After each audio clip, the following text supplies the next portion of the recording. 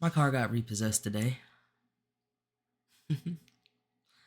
Technically yesterday. Well, yeah, yesterday. Um, I haven't really talked too much to anybody about it because I'm a pretty private person. It takes me a while to open up to an individual to let them know what I'm currently going through, which I've realized I know does hold me back in some relationships. Um, in the last episode, I went into detail about trauma that I had with my mother. Um, Not too much with my family. There's a lot more. We'll get into that at some point. But I've had a lot of trauma in other relationships, such as platonic and romantic. Um, I've trusted people. I mean, shit, I couldn't trust my own mother. Um, I After I moved out of my mother's house, I moved into, well, I got kicked out of my mom's house. Um, she kicked me out because she didn't want me to have a job because I was messing with her food stamps. Um, and I was like, well, how am I supposed to learn anything? How am I supposed to move out into the world or anything like that? She didn't have an answer for that, but as an adult now, I know that it's just because one, yeah, her food stamps and her Section 8. But two, uh, she wanted me to stay within her control, and me getting a job took me out of her control. My sister, who's only 2 years younger than me, still lives with her. Little brother, who's autistic, she's raised to be reliant on her as well. Um, I hope he goes to college and that he grows and explores the world. But yeah, so she kicked me out, and I moved in with a friend at the time. That friend was a white person. They're racist, even if they say they're not. They used to be like in like 2016. They used to go to protests and they were like on the front page holding hands with their token black friend. Um, but she says nigga. She's white and she says nigga. She's said that all throughout our friendship, which was like 4 or 5 years.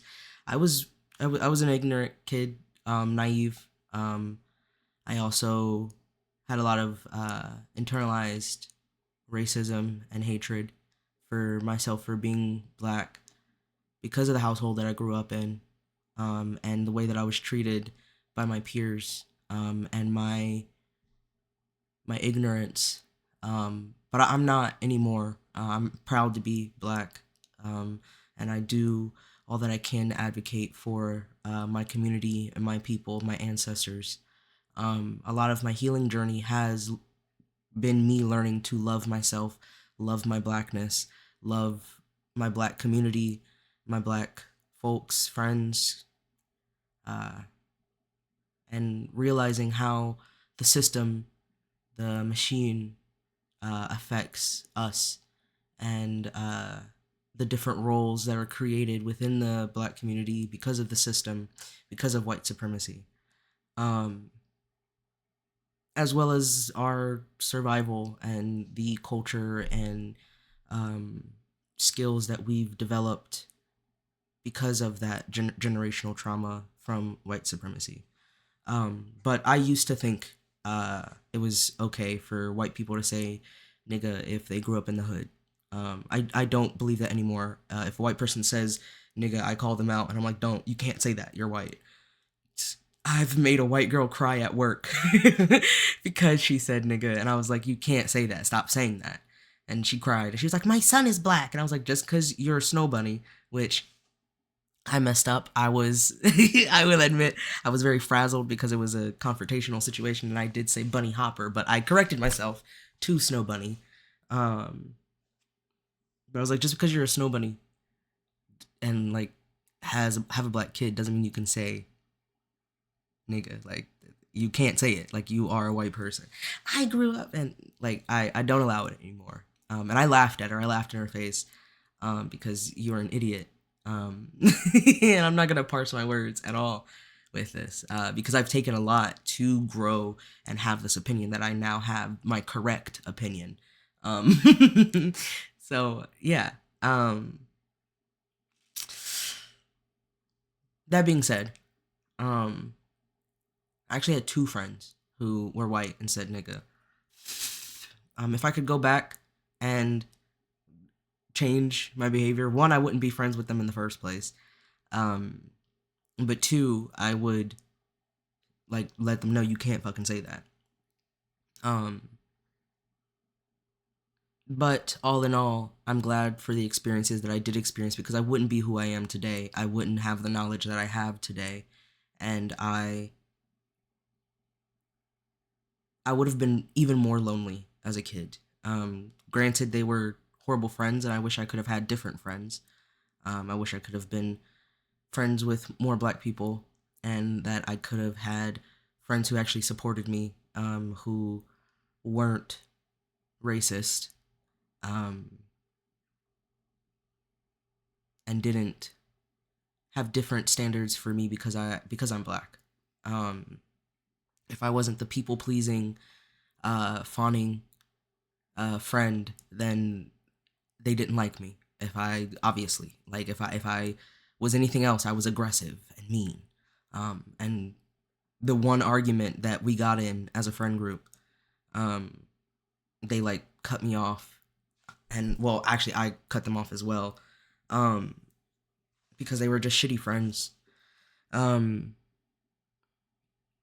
but like they villainized me for some shit, because when they were put in a situation between me and my white partner at the time, I don't date white people anymore either. I've grown a lot, I've changed a lot, but when they got in between me and my abusive white partner, who was a piece of shit, they chose the white partner over me, despite our nearly like 8-year friendship. Um, and despite them, like before we got there, them being like, I'm on your side, like they're a shitty partner, they shouldn't have done that to you, like if I was you, I would break up with them. And granted, I was wrong in bringing that friend along that partner along for the trip. I shouldn't have brought them with me. We should have broke up, like been broke up. Um, and yeah, but besides the point. My point is, I had a friend who was white, moved in with her. The friend who said nigga, I moved in with her because my mother kicked me out and I had nowhere to go. Which I'm grateful for that. Like I'm not, fuck them. Fuck them and they're racist, but I am grateful for the things that were good and kind that they did provide. Um, because if I hadn't moved in with them, I wouldn't have had anything. I would have had nowhere to go. Um, but uh, moved in with them, and then they had an abusive boyfriend. Multiple times he like punched holes in the door. He like completely destroyed the door. Like punched all the way through it. He took her one day. He took her car keys, and she like he like groped her up and like yanked her up. I was like, I'm not just gonna let you, like I'm not gonna do that. So like I kind of got in between it. Um, like obviously, like I would still get in between that now, but I wouldn't sit there and try to like mediate their argument anymore. Um, that's not the kind of person I am anymore. If I would be like, you gotta fucking leave. Like I'll either I'm like either you're gonna get your ass beat or you're gonna leave. No ifs, ands, or buts about it. Um, that's the kind of person I am now. I wouldn't sit here and try to be the protector in the middle, like while you guys are arguing. Um, Long story short, he took her car keys and like left with him, and then like a few months, like they got back together, and supposedly things were getting better, and then my partner at the time moved in, who was also white at the time. Well, they're still white. uh, but they were my partner at the time. Um, I don't date white people anymore because of the way that I have been treated by white people and because of the innate racism that all white people have. Even if it's not malicious, like, well, all racism is malicious, but even if it's not intentional, it's the racism is generational. Just like all black people have generational trauma and fears that come from their ancestors and the experiences that is in their DNA. White people, their racism is in their DNA. It can be untaught, and they can be educated and change and go against what is their innate behavior. And also, all white people are taught to be racist. White kids are taught, different things about other black kids, or like they see kids watch parents, and so like they'll watch their parents reaction when you grab your purse as a black person walks by or lock the car doors. Your kid notices that when you are rude to a black person, but once when a white person enters the situation and your mood switches up, your kids notice that. Your kids notice how you treat people, and they develop and mimic your behaviors, which eventually become their behaviors, um, until they, take the conscious effort to change those behaviors. Um, but they,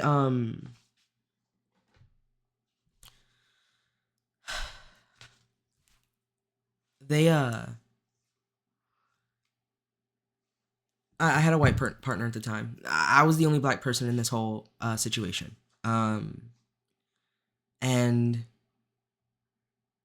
my point is that they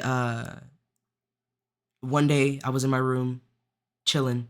Had just worked the night before, um, like a 8-12 hour shift the night before. I was chilling, and then all of a sudden I wake up and I hear like my roommate, ex friend, say, "Are we moving or not?" And he's like, "We are." And so like then like they start moving shit, and so I come out and I'm like, "You're moving? Like, what are you talking about?"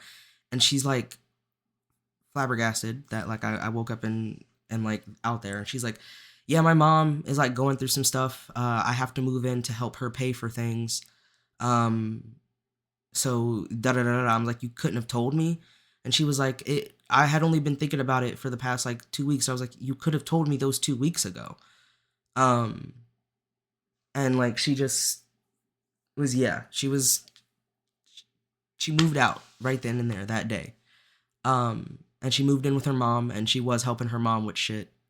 And so like we stopped being friends because of that for a while. I didn't want to be friends with her anymore because that's like she fucking abandoned the lease. And I had to take care of shit. But I couldn't afford to pay all of the rent by myself because the job that I had was not enough to afford all of that rent. Which now in retrospect is really cheap. Like I could afford it now. But then, like, God, I would love to have fucking $850 rent now. But at the time, the job that I had, I think minimum wage was $8. So I could not afford, on an $8 salary, $8 an hour shit, $800 a of rent times four. That's 1280 if you worked uh 40 hours, but I wasn't working 40 hours. I was working like, I wasn't full time, I was part time. So I was working like anywhere from 18 hours to 30 hours. Most of the time though, it was like 16 to 20 hours um a week. So hold on, let me do that math real fast. Um 8 times. It was like 815, I think, times average of like 16 hours times 4. Yeah, that's $500 a month. I was not going to be able to afford $800 rent when I'm 300 negative. Um, anyways, my partner at the time had just moved in. And he made decent money. He was like a lunch lady at a school, and so like he made decent money. And like the plan was that we were gonna find our own place and like move in together. But then he ended up moving in with his mom, and like leaving me, which like I get, like as an adult, like I get like making the decision that was best for you would be able to move into a secure um situation for you. You know, you move back in with your mom, you don't have to pay rent, you just work. um so I get it, we were young, I understand, but regardless I was left with nowhere to go. So I didn't know what to do. I had to figure some shit out. And then my cousin was like, you can move in with me, which I was grateful for. I moved in with them. It was going good, going great.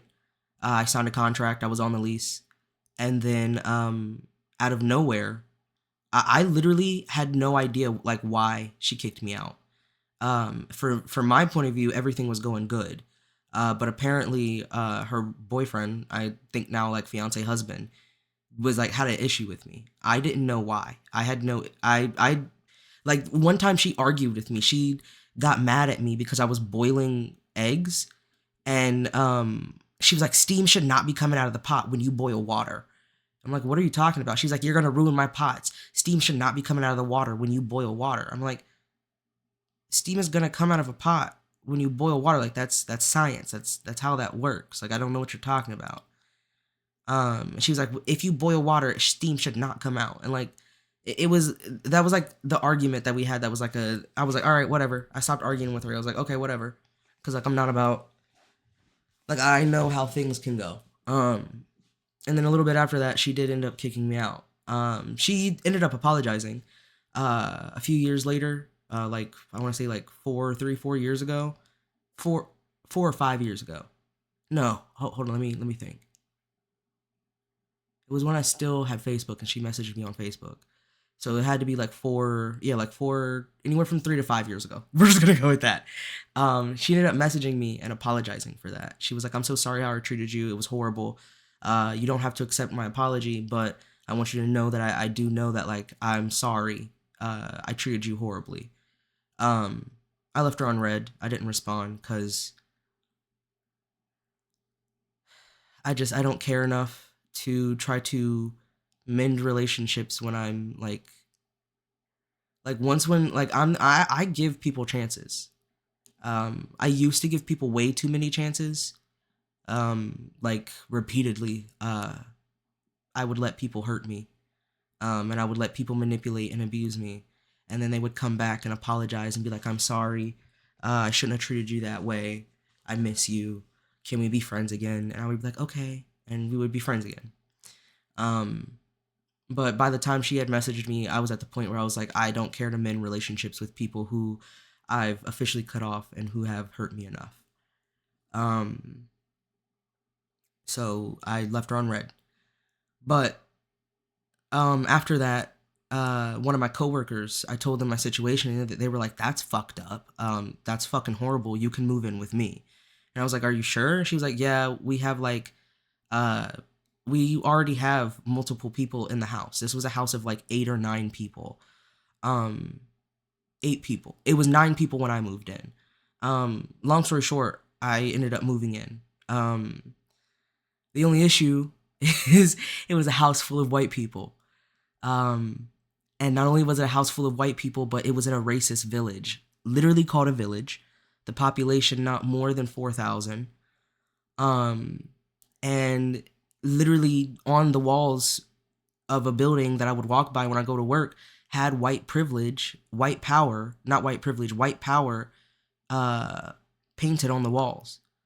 Um, and like when some people in the village through a Black Lives Matter protest, it got counter protested with Republicans and racist people coming in with guns and like all around protesting this protest, counter protesting the Black Lives Matter protest.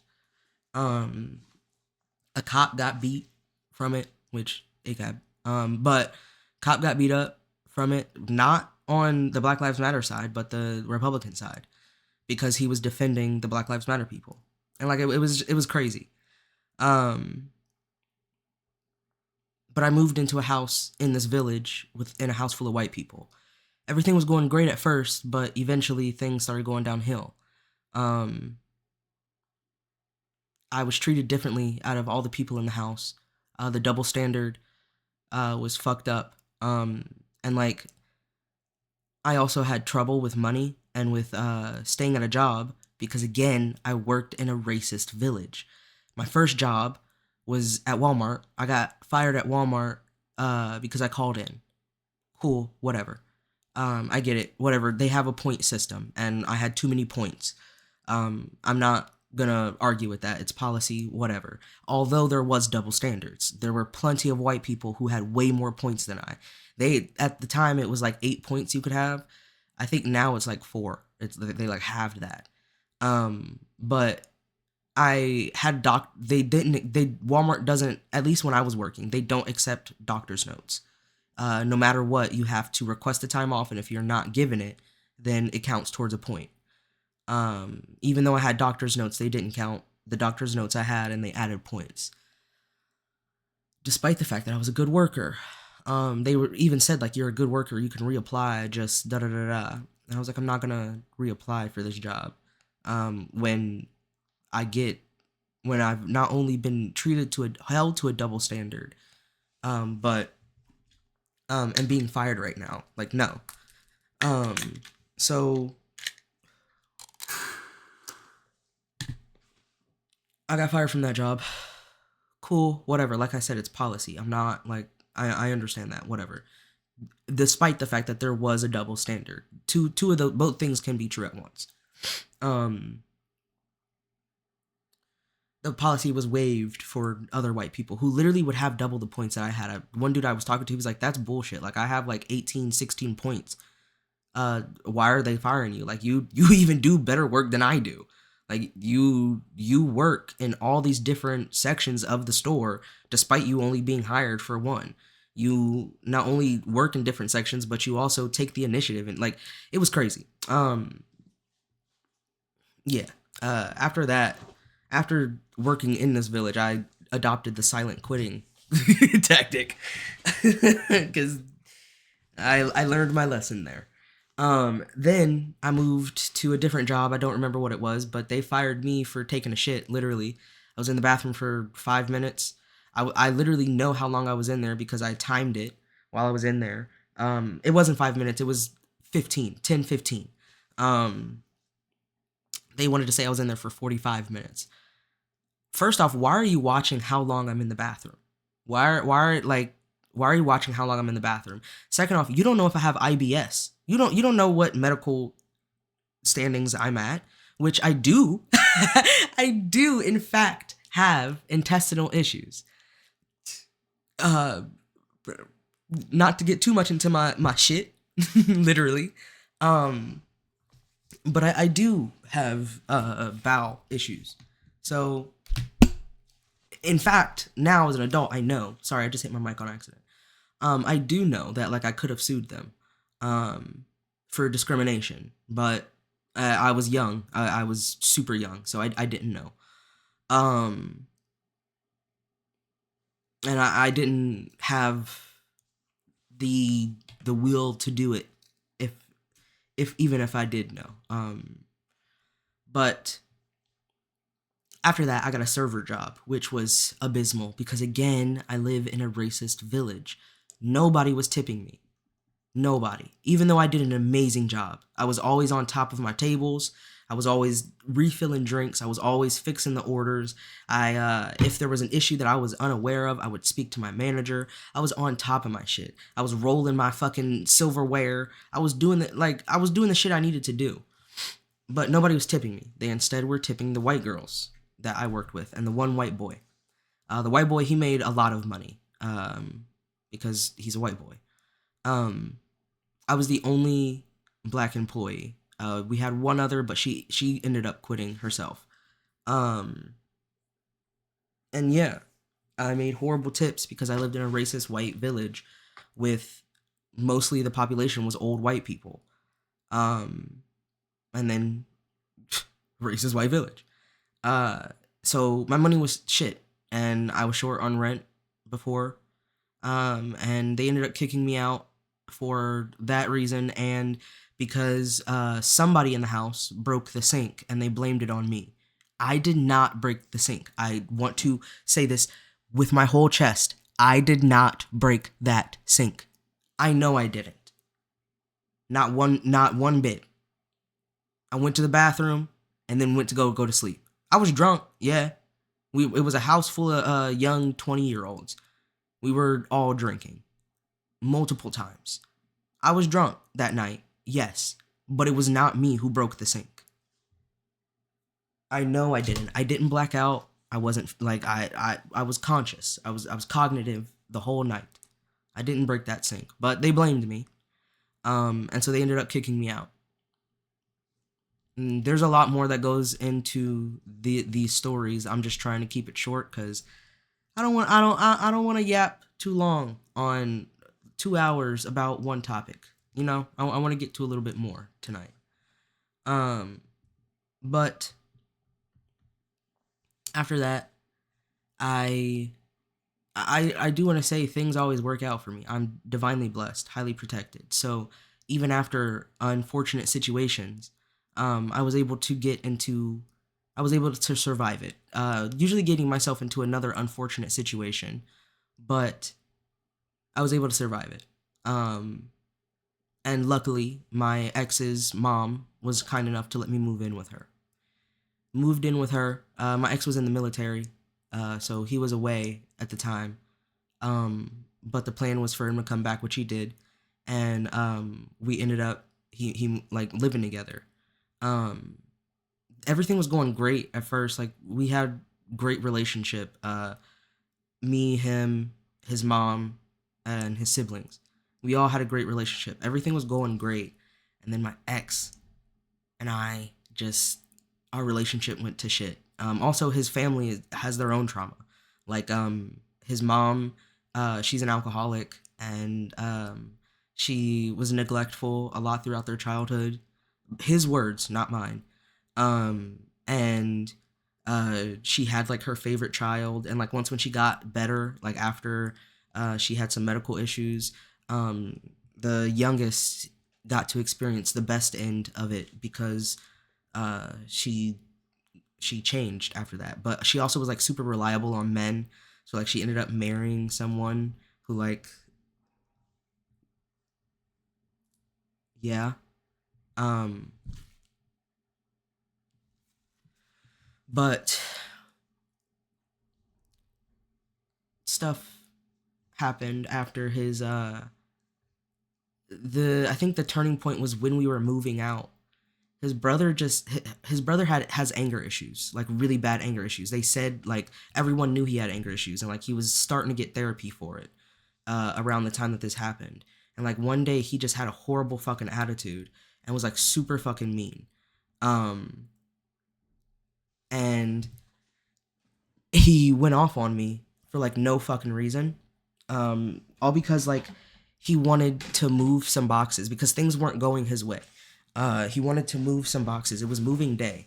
And uh I was like, no, like I'm setting it up like this. Like it's my shit. Like I know how I'm moving it. Some of the shit is fragile, and some of the shit like the boxes weren't marked, so like some of the shit needed to go certain places. So like the moving was easier. So like I had a system, and like he was like trying to take one of the boxes. I was like, no, it's cool. I got it. Keep it there. And like he was like. He caught an instant attitude. He was like yelling. He was like, "Why? Da da da da. It'll be easier if I do it this way." Da da da da. I was like, you can go get another box. Like I'm moving, like these ones are in a specific area. So we're moving them to the specific area. Um and like I'm saying no, it's fine. Like I've got it. And like he just went off and like had a huge attitude, and then like he's yelling so bad that one of the downstairs neighbors comes up and is like, "Hi, I just wanted to check on it and see if like you guys are okay. Like I'm your downstairs neighbor." Da da da da da. And I'm like, "Sorry, like we're handling it. Thank you. Like sorry. We'll be more quiet." And like He like grabbed his mom's wrist and like yanked her and like hurt her. She was like, "Ow, you're hurting me," and was like just being a dickhead. And my boyfriend at the time sided with me because he was wrong in the situation. And he was like, "Oh, you're gonna choose him over us?" Da, da, da, da, da. He was like, "Yeah, I am. You're acting fucking crazy. Like, what the fuck is going on?" And it was a lot. But then after that, his family and them had like it was they weren't as close anymore. Like they were still close, but like it was like some tension. And I guess that took effect on him, and like that took effect on our relationship. And looking back, there were things that I could have been a bit more empathetic. Um, like I could have vocalized my empathy more. I'm not very good at vocalizing my empathy. I'm more a person who shows it because I've always been taught that actions speak louder than words. Not only was I taught that, but like that was an abuse tactic that my mom used. um I would say like, "Oh, I'm grateful, like thank you," and she'd be like, "You're not grateful. Actions speak louder than words. You're not sorry. Actions speak louder than words." And I'm like, "I'm telling you, like, thank you, I'm grateful. I'm telling you, like, I'm sorry." And she's like, "Actions speak louder than words." Blah, blah, blah, and like would use that as like an abuse tactic, a manipulation tactic. She would gaslight. um and like that was like her favorite thing to gaslight with. Like be like, "You're not sorry, like tell me what my reality is, tell me what I think, how I feel, and how I'm acting." um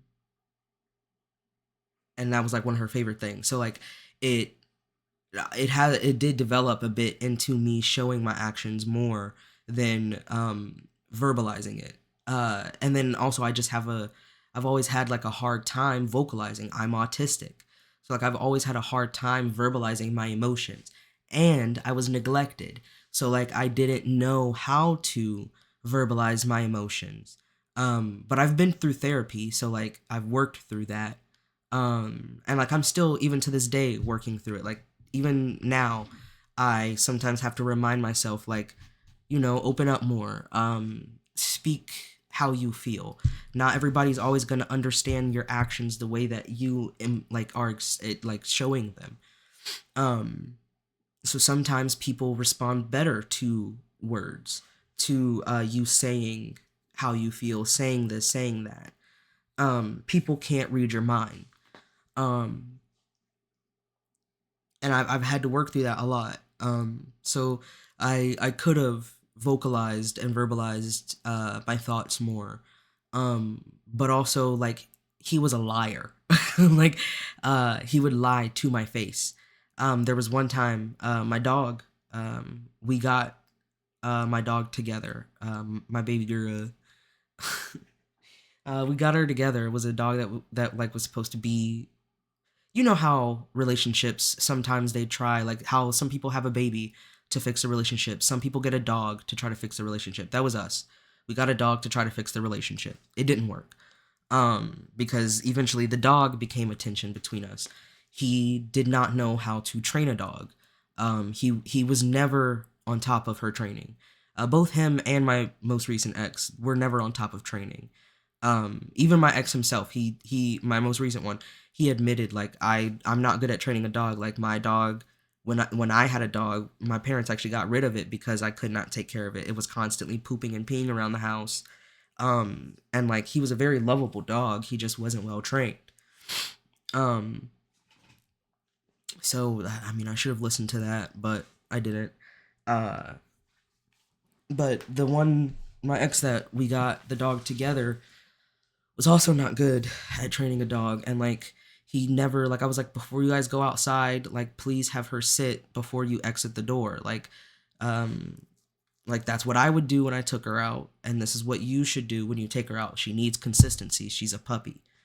Um, and he didn't do it that day. And I was like, "Did you tell her to sit before you left?" And like I explained to him why you tell her to sit outside behind the door before you leave, and don't just let her go out the door, because if you let her just go out the door, she's gonna think that she can just run out whenever you open the door. Say there's a guest who's coming. You don't want her to just run out the door and jump on that guest, or run out the door and run away down the hallway, which she had done before. She would run out the door and just run down the hallway, because to her, she's just in the house. She's not leaving the house. She's not going outside. She doesn't learn that yet. She's learning it. You have to help her learn. So like she had just run out and would run down the hallway, and I had to chase her down the hallway. Um, so I explained that to him. And one day he had taken her out. This is just an example of how he would lie. He had taken her out, and I watched because I knew that he was not keeping up with the training. But I didn't want to just, you know, say something and it not be true. I wanted to know for sure. I always want to know for sure something before I say something. So I observe. And so like I watched, and he didn't tell her to sit. He just opened the door, and I asked. I was like, "Hey, did you tell her to sit before you left?" And he like huffed, and he was like, "No." He huffed, and he was like, "Yes, I did." And I was like, "No, you didn't. I just watched you not do it." And he was like, "Oh." And I was like, "Why would you lie to me?" And he was like, "I don't know." Like, I was like, "You don't have to lie. Like, why would you lie? Like, why do you do that? Why do you lie to me?" And he was like, "Lying's okay sometimes." And I'm like, "No, it's not." And he was like, "I don't know, like a white lie is okay sometimes." And I was like, "Yeah, sometimes, but like you don't have to lie with me. You don't have to lie about things like this. Like her training is important. Like we agreed to get a dog together. Her training is important. You can't just do these things." Um and like I don't want you to lie to me. I don't want you to lie to me. Like we're boyfriends. You're not supposed to lie to me. Like I don't lie to you. I want to trust you. We're supposed to have trust. Um and he was like, "Yeah, you're right. I'm sorry." But he would say that all the time, like say I'm sorry and not mean it. Like another example. There was this dude. So like I have to tell a little backstory for y'all to understand the context. Um we met role playing. Like we met as role play buddies online. Um and eventually we started dating.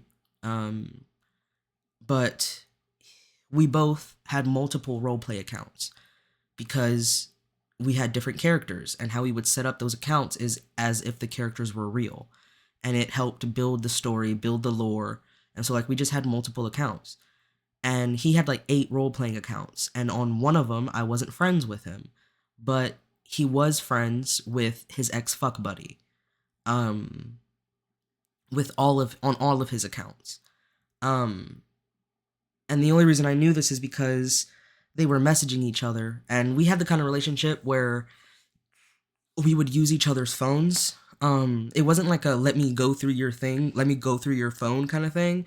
It was like a, because we role played, so it was like a hey, I need this photo for this character, or I need this photo in general. Can you send me this? Can you send me this thing? Or can I get on your phone and send it to me? Or can you send me it? Hey, hey, sorry.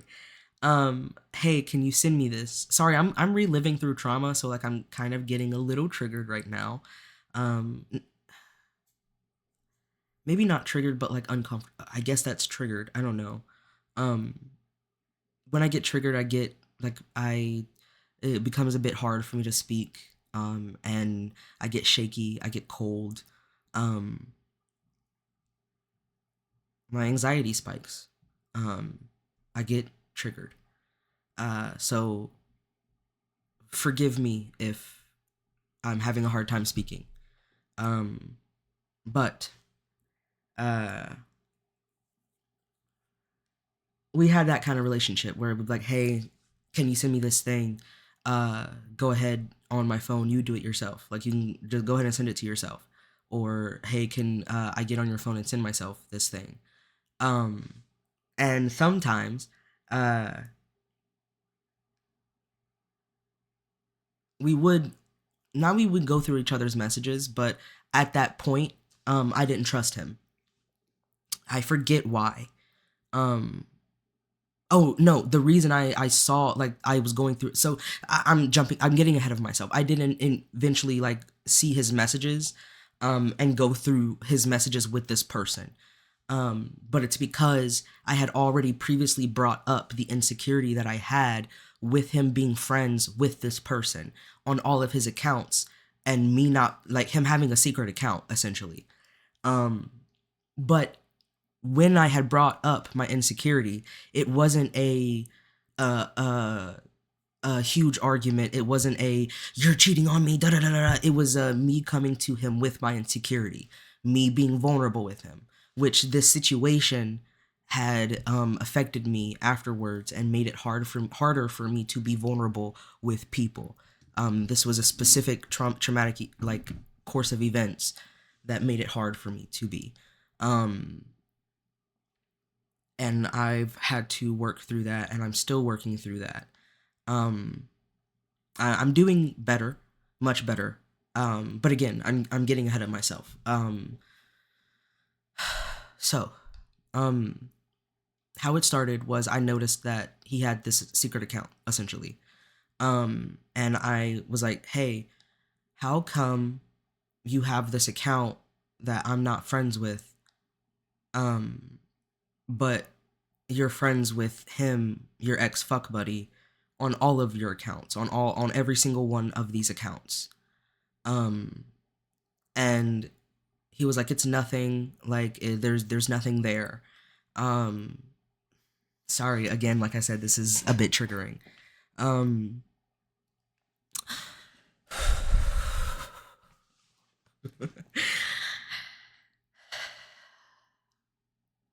Sorry. Give me a moment, please.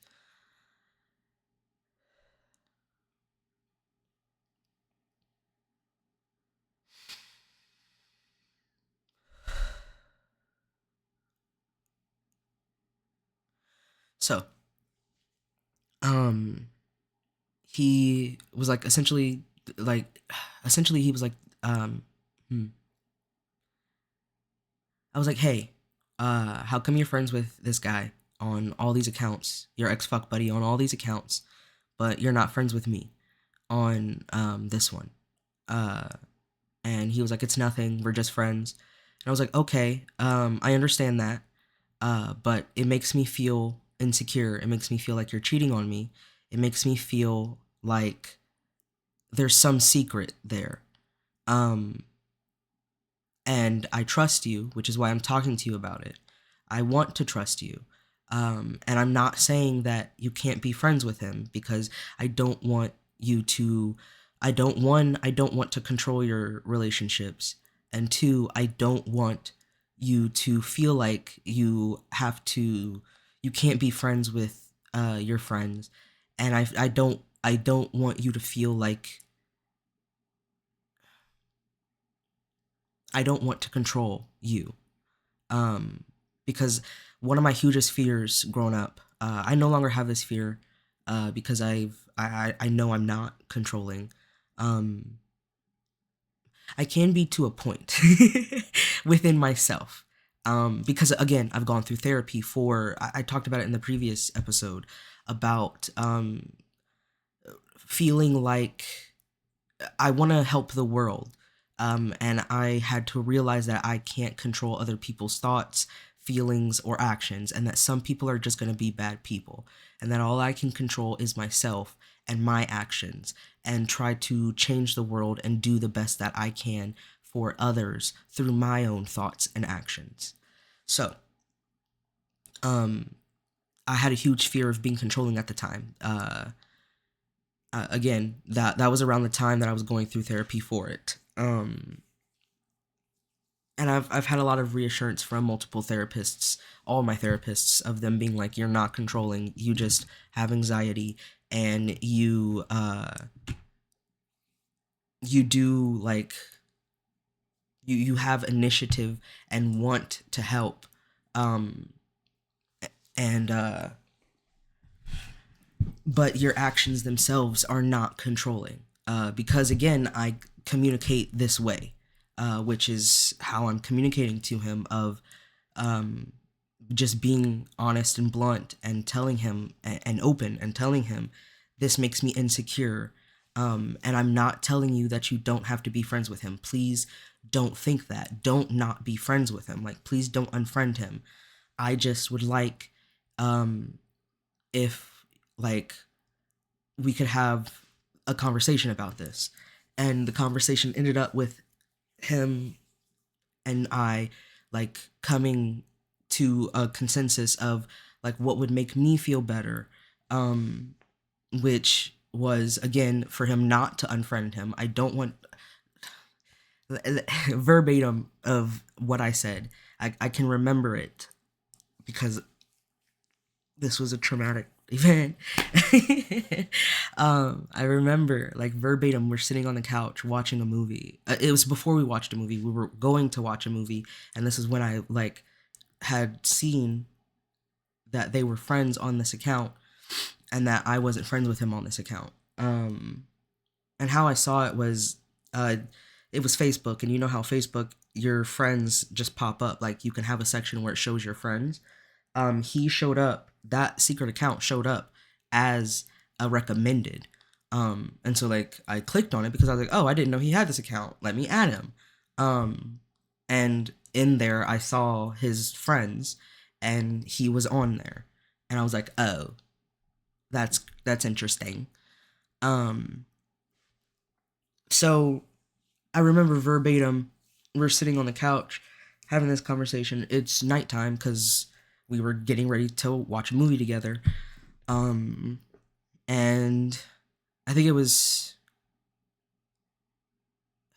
wasn't 13 Ghosts. I think it was a Star Wars movie.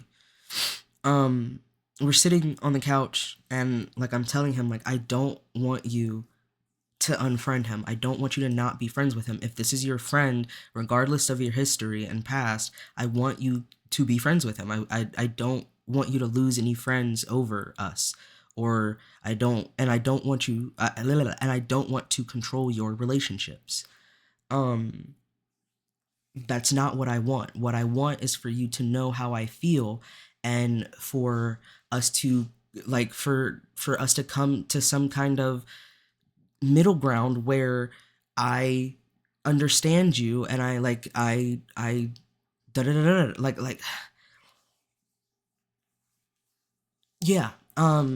So he was like, what do you want? Like what would make you feel better? And I was like, I don't know. Like first I would like to be friends with this account. I would like to be like friends on this account with you.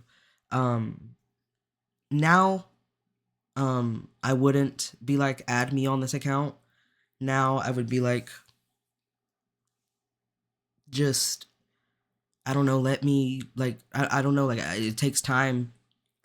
I, I there's a lack of trust here, obviously. Um and I have been cheated on before, and I'm insecure about that. So just give me time to work through this insecurity, and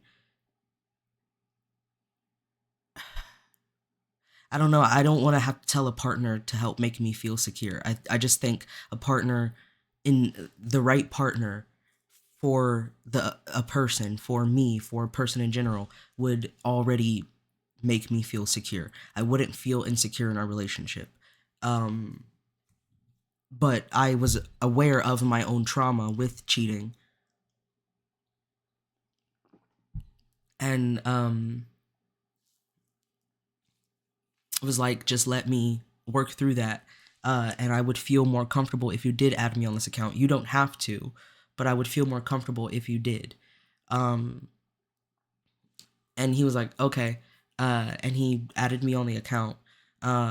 And I remember before the conversation ended, I reiterated, I was like, I don't want you to not be friends with this person. Because he asked, he was like, do you want me to unfriend him? And I was like, no. Um, that's how I even had brought up not unfriending him. Because he's like, do you want me to unfriend him? I was like, no, I don't want you to. I don't want you to unfriend. I don't want you to not be friends with your friends. Like, I want you to have friends.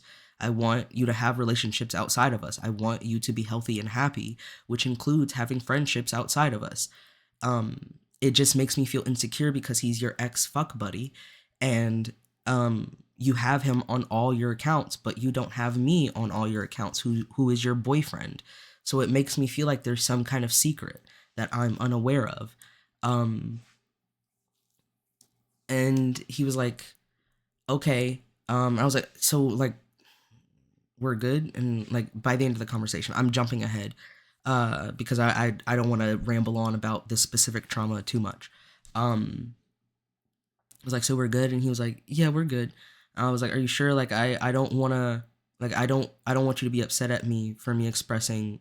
I used to be afraid of expressing my emotions, and I've always like in the previous episode I spoke about my trauma with my mother is like I was never allowed to express my emotions without it being a problem. Um, Especially like if you grew up in a black household, you know, like expressing your emotions is often seen as disrespect.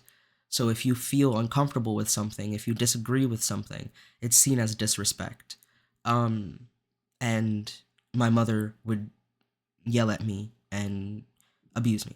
Um, so, uh, I would often check if somebody was upset at me after expressing my emotions. So I don't do that anymore because I'm going to express my emotions regardless.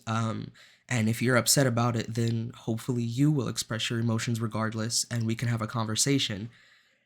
We can communicate, excuse me, we can communicate those emotions, and hopefully in a mature, healthy way. If we can't, uh, then whether it be because I myself am too upset to, or because you yourself are too upset to, hopefully we can take some time apart, calm down, and then express our emotions in a healthy way. Um, but I have pretty good emotional regulation now. Um, it's rare that I get upset and I like yell at people and I go off.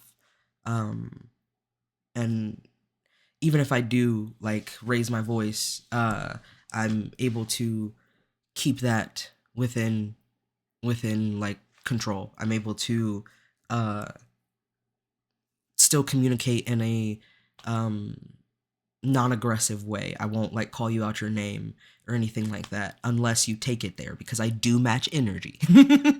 I will match your energy if I'm upset enough. If I'm not upset enough and you are going off like that, I'll probably just laugh in your face and walk away because I I don't want to be in that energy. I've done a lot to work on my energy and work on my peace and be somebody who wants to not only embody peace but also expel and share peace. So if you are calling me out my name or going off, um, unless I'm upset enough, I'm just gonna laugh in your face and walk away because I'm gonna laugh off my anger and go be let you do what you want to do and go do what I want to do, and I'm not gonna talk to you after that because either you can gather yourself and come apologize to me later, or or I'm just not gonna talk to you because I don't want to be in a relationship, whether it's romantic, platonic, familial, with somebody who cannot communicate in a healthy way and who gets disrespectful and rude and abusive. Um, but if I'm upset enough, if I've gotten to the point where I'm really fucking pissed off, then I will match your energy if you call me out my name. Because even when I'm like full blown max pissed off, I trying my hardest not to. I don't even really try to because it's just natural for me not to call people out of their names unless I don't respect you. If I don't respect you, then I will call you out your name. If you're somebody who's like a fucking billionaire or a cop or some shit like that, then I will call you out your name. Even then when it comes to cops, I don't get aggressive with them because I know my life is on the line. I'm aware. I'm aware of myself, my emotions, my surroundings, whom I'm speaking to and what we're speaking about. So if you're somebody who I respect and love and care about, even if I don't love you, even if I don't know you, I still have some base level of respect for you. I'm not going to call you out your name. Everybody gets the same amount of base respect, and I don't want somebody to call me out of my name, so why would I call you out of your name? You know? Um, that was a ramble. Why was I on that? I think that was just me explaining how I am somebody who takes controlling myself very seriously because I don't want to hurt people. I literally remember the time, like the moment that my brain clicked in therapy, and it was me explaining to my therapist about how I don't want to hurt people, and da da da da da. Like I don't want to hurt people. I don't want to be my mother. I don't want to be abusive. I don't want to do this. I don't want to do that. And my therapist was like, "You're very empathetic, and you uh you you worry so much about how you affect other people and how other people perceive you and how um, others feelings, but you can't control others feelings, you can't control other people, you can't control their actions, you can only control your actions, and you can only control how you convey those emotions. um, so yeah, like I remember the conversation. I don't remember it by heart, which is it was a long time ago, damn near 10 years at this point.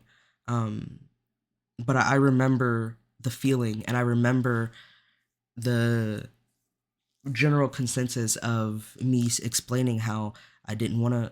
God, I'm so autistic. I'm repeating myself. Fuck. Let me stop. Back to what I was saying. Back to what I was saying. Uh, fuck, I just did it again. Damn. Let me drink some water. Hold on.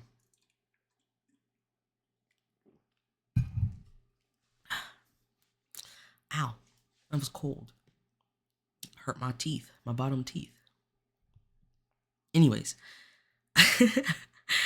um, I used to apologize for expressing my feelings. I used to apologize for apologizing.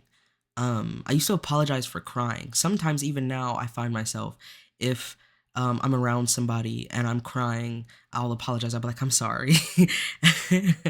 People, even like recently, someone has had to be like, don't apologize for crying. Like, you're allowed to cry. And I'm like, I know. It's just, ah. um, sorry. I find myself dumb sometimes.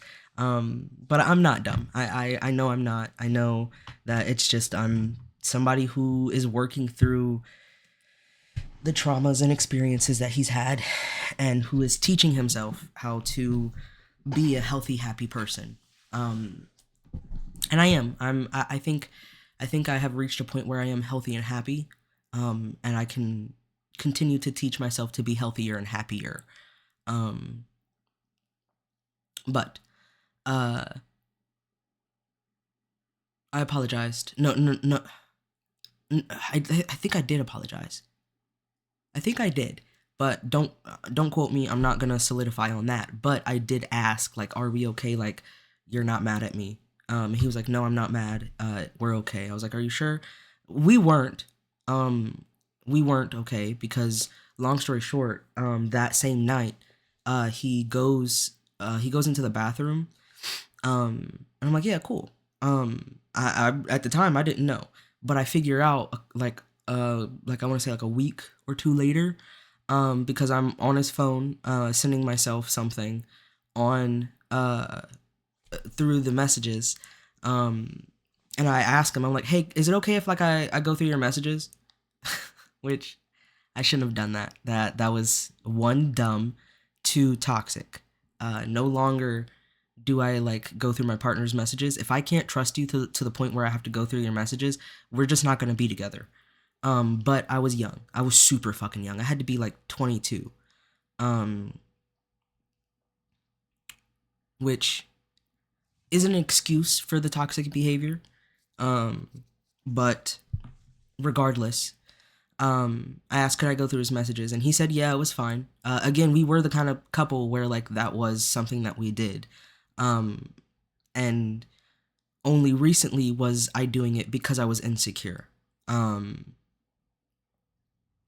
go through the messages, and long story short, I see the dude in the messages. I see him that he messaged him that night. Um, and in the messages, he's like, "Hey, I have to unfriend you for a little bit because my boyfriend is jealous and thinks I'm cheating, and I don't want him to do that, but I'll add you back eventually when he forgets." And he's like, "That's cool. Sorry that you got a boyfriend like that." Da da da da da. And I was when I saw that, I was like, "What the fuck?" Like, I told you I don't want you to unfriend him. Like, I told you I don't want you to not be friends with him, that I want you to have friends. I was just expressing my insecurity about this situation and coming to you and being honest instead of just in holding this in and being like and judging you of cheating on me. I didn't even think you were cheating on me. I didn't think you were doing anything nefarious. I just wanted to express my emotions and was being vulnerable with you. And he was like, "Yeah, you're right. I forgot. I even forgot that I messaged him like I'm sorry." He was like, "I wouldn't." He was like, "Which is why I let you go through my messages, because I didn't even think that I didn't think there was anything in there. I had completely forgot." And it was like, what the fuck? Like, I told you I didn't want you to unfriend him. I told you I wanted you to be friends with him.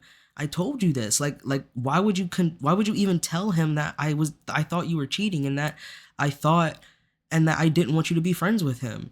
Like, I told you that. Why would you lie and say that? And he was like, "I don't know." He's like, "I don't know why I would say that." And I was like, what the fuck? Which I couldn't trust him because he was a liar.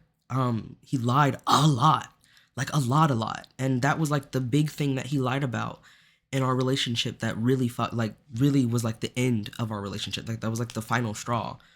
Um, and like he,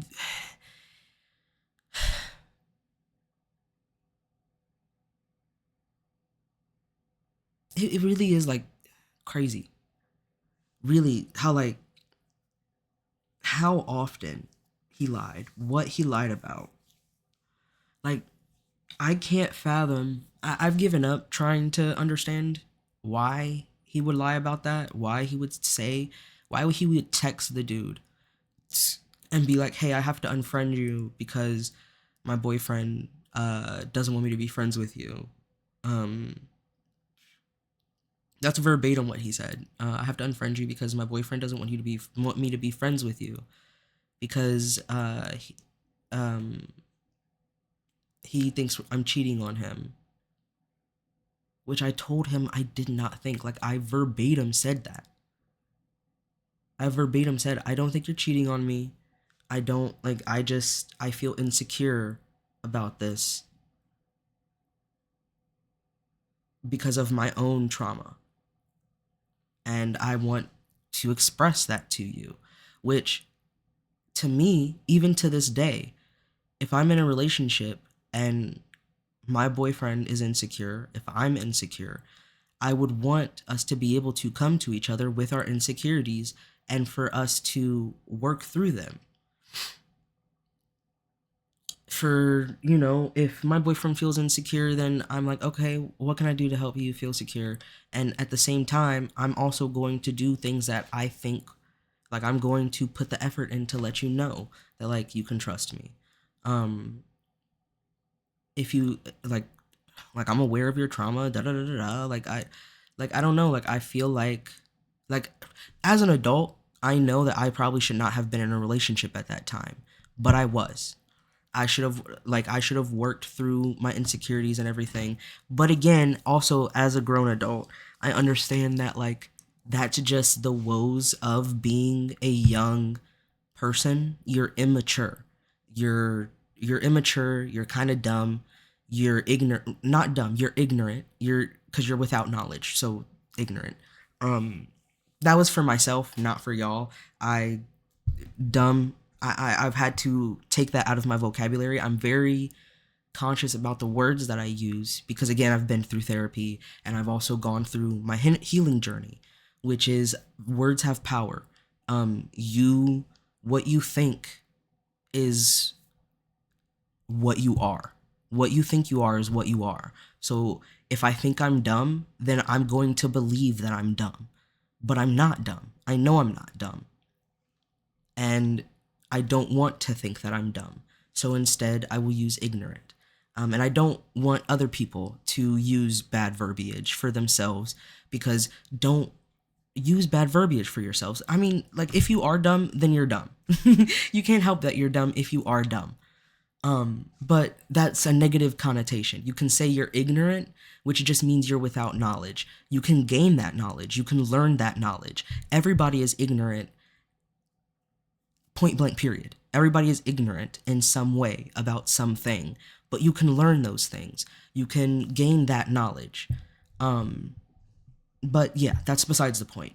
Being young is being immature, is being ignorant, is being insecure, is being these things. Unless you grow up in a family, in a home where you're taught to be, where you're nurtured enough to where you can grow that maturity to be a little bit more mature than some people at your age, which I was more mature than some people at my age in some things, like with me being like, hey, I want to come to you about my insecurity instead of holding this insecurity in and projecting it onto you. I want to come to you about it, which a lot of people my age wouldn't have at that time, at that age. They wouldn't have. Fuck, even people my age now don't do that. Even I'm sorry, like I said, I'm getting triggered. I'm even like, when I get triggered, my eyes itch really bad. So like I'm rubbing the fuck out of my eyes and shit.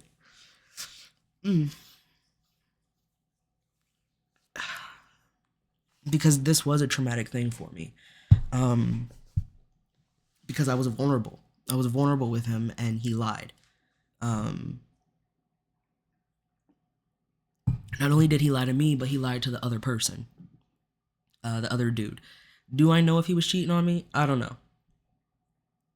I don't know. It seems like he may have been, with how fishy his behavior was, with him messaging the dude and all that. And I even said that, like, I was like, you telling him this shit that's not true makes me feel even more like you, like, makes, like, this insecurity even worse. Like, now I do feel like you're cheating on me. I was like, I didn't before, but now I do. Cause like, why would you lie to him? And he was like, I don't know. I don't know. And I was like, why do you lie? And he was like, I don't know. Literally, I said that verbatim, like, just like that. I was like, why do you lie? And he was like, I don't know. And I was like, what the fuck? Like, what the fuck? And I walked away. We go on a break from that, which we were planning a trip, to my hometown. And that was the trip that we ended up going on. I think I talked about it in the last episode, or maybe no, I talked about it at the beginning of this episode.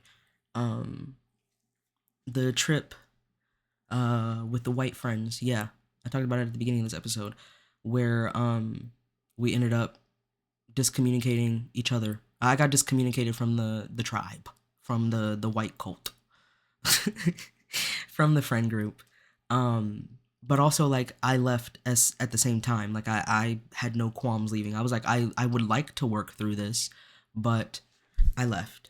But I have no problem leaving.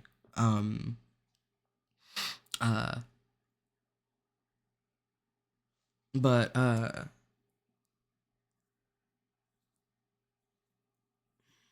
my eye itches so much. Long story short, we ended up going on that trip. He was like, "Do you want me to go on the trip with you anymore?" I was like, "Now I feel like you have to, cause like I can't trust you," which was toxic and immature. I take full accountability for that. That was very toxic and immature. Now I would be like, I don't want to be with you anymore. I can't trust you. Um, I can't be with you anymore. Point blank. Period. as Amberlyn Reed would say, point blank peer. um, but again, I was immature and young, so I was like, I can't trust you to be here by yourself. I want you to come with me. Very toxic. Um, I take full accountability. I take full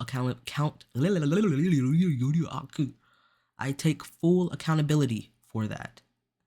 Um, I take I take full accountability for all of my actions that were immature or toxic in the situation. Um, Long story short, we go on the trip, and my friends who were like, "Why did you bring him?"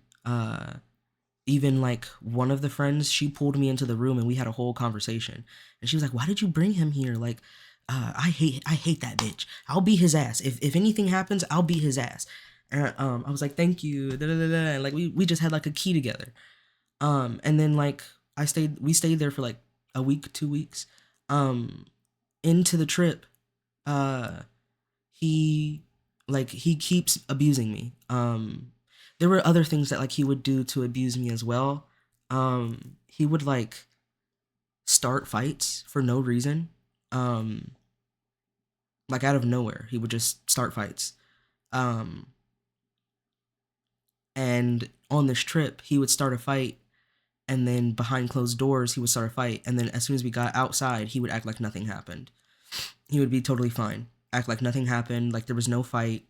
Um, and yeah, like looking back, like I know that like he was a gaslighter. But at the time, I didn't know what gaslighting was. Um, I didn't learn what gaslighting was until like 2 years later, uh, because of therapy. Because I talked about this to my therapist, and she was like, "Yeah, he was gaslighting you. He was manipulating you, manipulating the situation around you, and gaslighting you and the people around you." Um, and sorry, I just killed a fly. Monitoring spirits. uh, uh, but he would start a fight behind closed doors, and then we would come out of the room, and he would act like everything was fine, and then I would still obviously be upset from the situation. And my friends were like, by the end of the trip, they're like, "You treat him so horrible. Like, why are you so mad at him all the time?" And I'm like, "You guys don't understand. He argues with me and like starts fights in the bedroom, in the room, and then when he comes out, he acts like nothing happened. He would argue with me for no reason. He would start arguments over nothing. Um, he would be mean to me for no reason.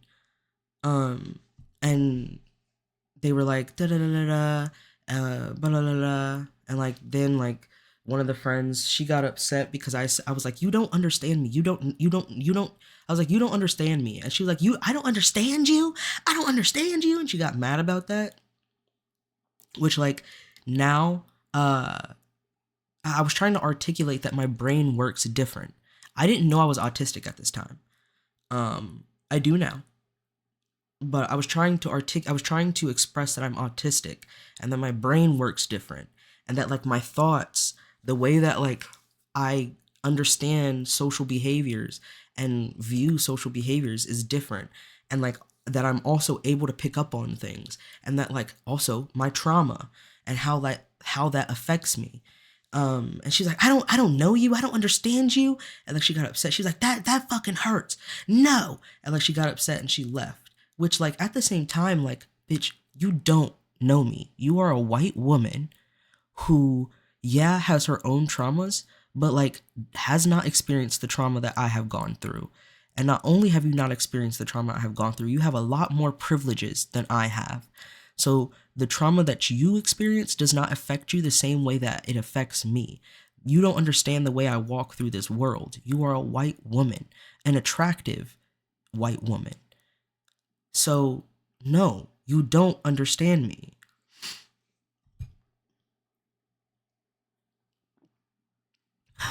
But at the time, I was trying to articulate that, but like I myself didn't understand that at the time. I didn't understand that we experienced the world different also because of our race. Because my mother is mixed. My father is not. My father is black. I am black.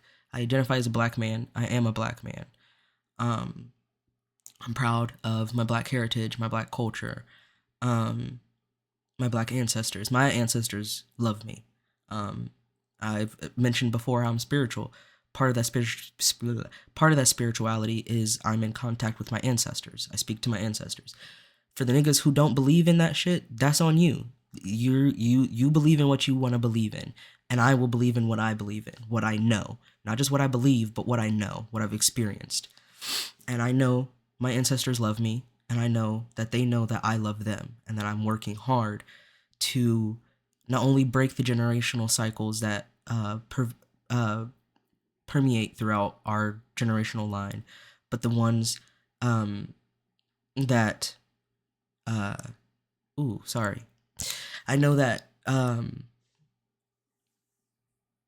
they know that I love them, and that I'm not only trying to break the generational cycles and trauma that permeate throughout our generational line, but that I also am just trying to venerate them through my happiness and through my growth and expansion, and that I will pass that down throughout our generational line, whether it be through me having kids or just me helping the world and leaving someone that my family members, my nieces and nephews can be proud of.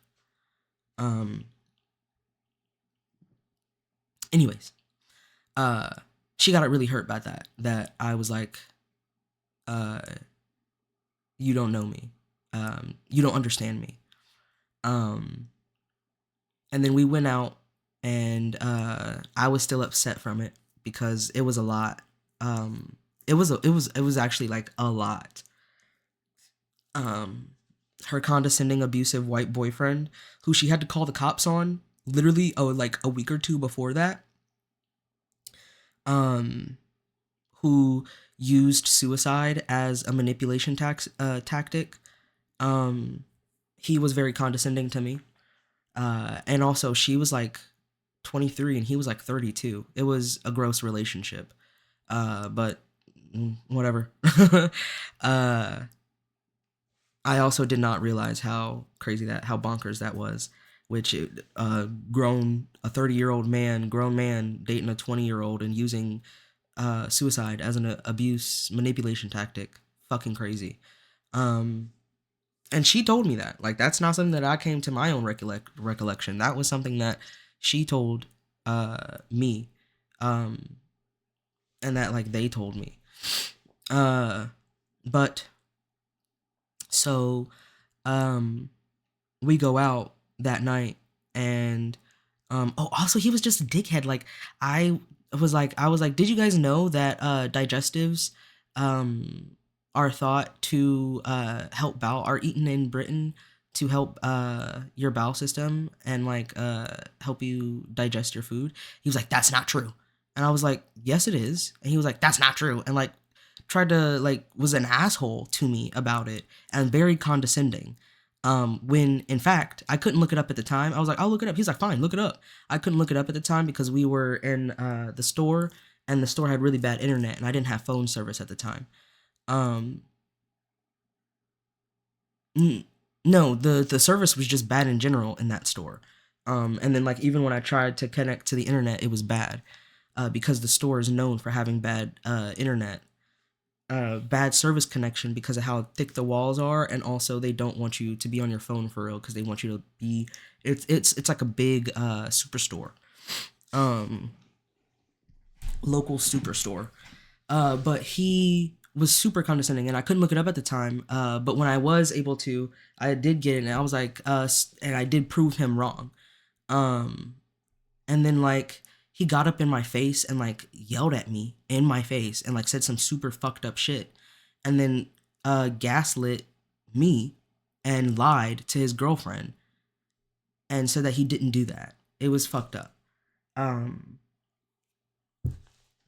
but because digestives, they don't like, that's not like, they're not actually there to help with digestion, but they are Like that's the it's like a mother's a mother's what is it, a mother's tale, like how moms are like, oh, you better wear a hat, and because heat escapes from the top of your the most heat that escapes from your body is the top of your head.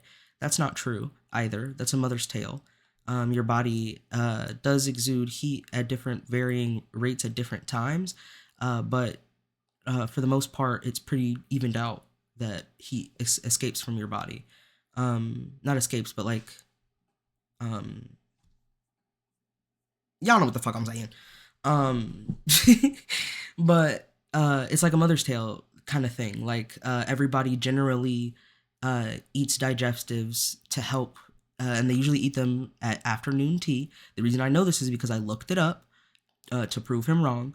Um, they eat digestives around afternoon tea uh, after lunch to help digest their lunch. Um, and like usually like they'll either go on a walk or just drink the tea because it helps with digestion. That's like a cultural thing that British people do. So what I was saying was true, and like the tidbit I was giving was true, but he argued with me and like he got upset with like he was just an asshole. Um, I don't know why he didn't like me. Why he was a dickhead towards me. I don't know why. He just was. Um, I think he was just racist, honestly. I was the only black person in the group. Um, but yeah. Uh, so it was just a lot. Like that entire situation was like a lot. But he manipulated the situation, my ex, to make it seem like I was just being an asshole to him, um, when it wasn't the case. Um, but I was pissed off after that argument, obviously, and I was a little bit of an asshole, uh, like short and like s- uh, like snippy, like sarcastic. I'm naturally a sarcastic person, and when I get pissed off, it does become a bit worse. I've gotten much better at it. I don't really like, like I will be sarcastic, but like only if I'm no longer like if you piss me off enough and like I feel disrespected and I'm no longer like caring to be respectful towards you. But again, I try my hardest to be respectful towards people, and even when they are disrespectful, I try to just walk away and like let bygones be bygones because again, I have no problem cutting people off um and like not talking to people anymore. So like if you disrespect me enough, I will either walk away and we can talk about it at some other time, or I'll just walk away in general. Um but I was a little bit sarcastic and snippy, and I was a little snippy towards one of my friends who was in the middle of the situation, um, which she was like, "Don't bring me in the middle of it," even though um, she like would have been helpful towards in the conversation if she like on my side, because she had said some things that were on my side, uh, and like I tried to bring them up, and she was like, "Don't bring me in it." And I was like, "Okay, cool, I won't." Like I respect that. I won't bring you in the middle of it. But then after she said that, she was like, after I said, "You don't understand me," uh, to the friend, and it like upset her, and she walked out. She went and comforted her, and like was like trying to like comfort her, and I was like, for real, like you will comfort her like now, like well not now, but like because like even then like I don't even really think about it too much, but afterwards, after I was able to assess the situation, speak to some therapists about it, well therapist one therapist about it, she was like I was like so like you'll comfort her because all I said was you don't understand me, you don't understand the way my brain thinks, not the way my brain thinks, the way my brain works. You'll go comfort her, but when they're saying some crazy shit and all I'm saying is an anecdotal thing that you said earlier that like would take me that be on my side in this situation, you want to say don't bring me in the middle of it. That's crazy. Um, okay, sure, whatever. Um, yeah. Uh, we stopped being friends after that. The one girl, she was like, I didn't like that you, uh, like I like before I left, we had like made amends. Like we had like it was like okay, I forgive you and I forgive you, like kind of thing. Like we made amends, and then like afterwards, I noticed that like they weren't talking to me. They weren't responding to me in the group chat. And I was like, hey, is there something wrong? Like you guys aren't wanting, like you guys aren't talking to me. And then one girl was like, yeah, we talked about it, and I don't want to be friends with you anymore. I don't like how the situation played out. And I don't like that you said that. I don't think that that I don't understand you.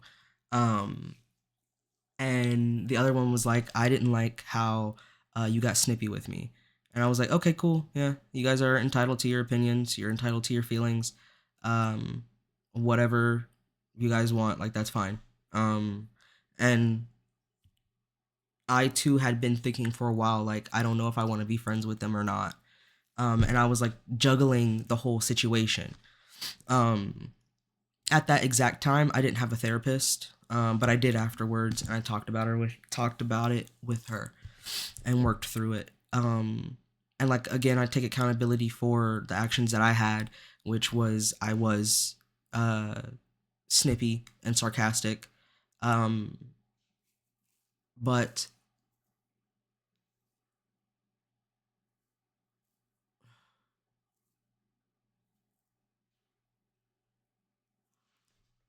yeah, I was snippy and sarcastic.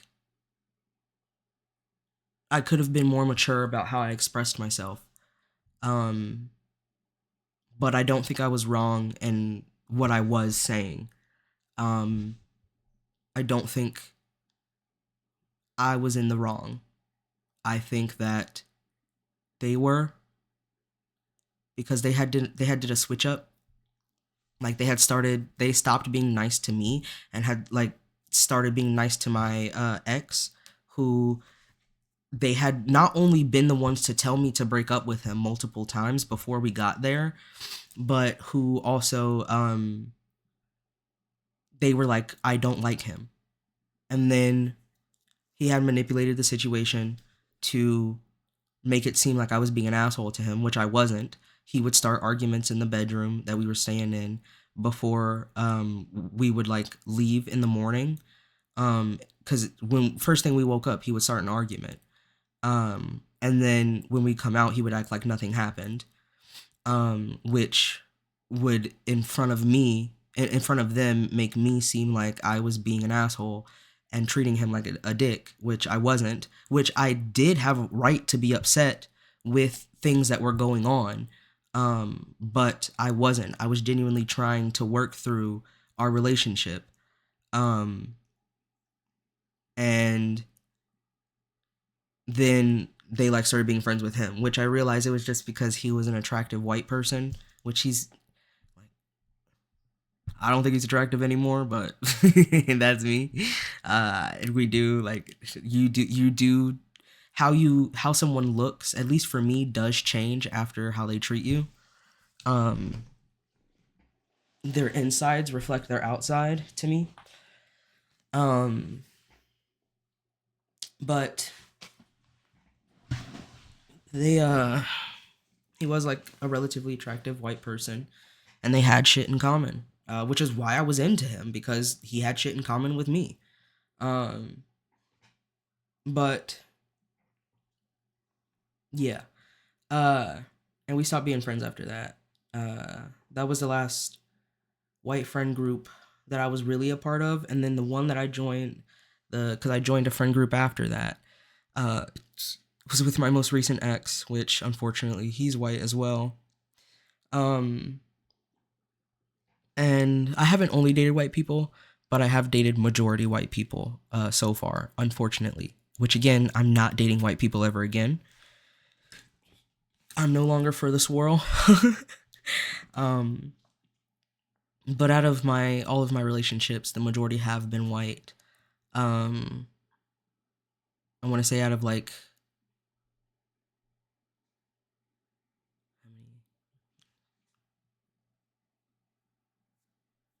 all in all, I've had maybe like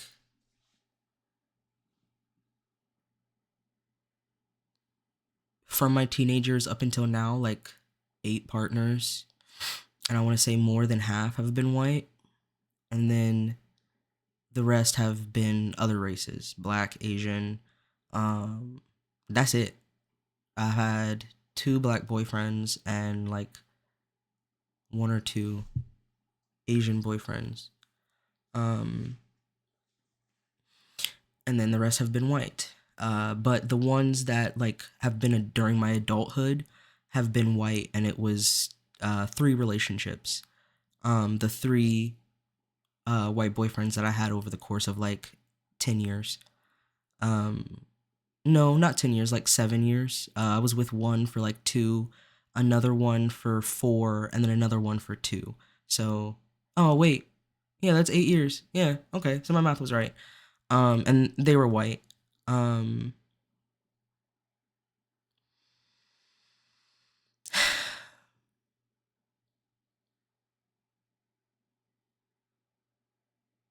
it was crazy. Um, again, I don't date white people anymore for reasons, for everything that I've for the trauma that I went through with them, and then also for the education that I've like gone through, how I've evolved and changed. I realized the racism that plays a lot in the relationships. Um, I realized the just the way that like they view you based off of your race. And then not to mention the parents. Um, that too also plays a part.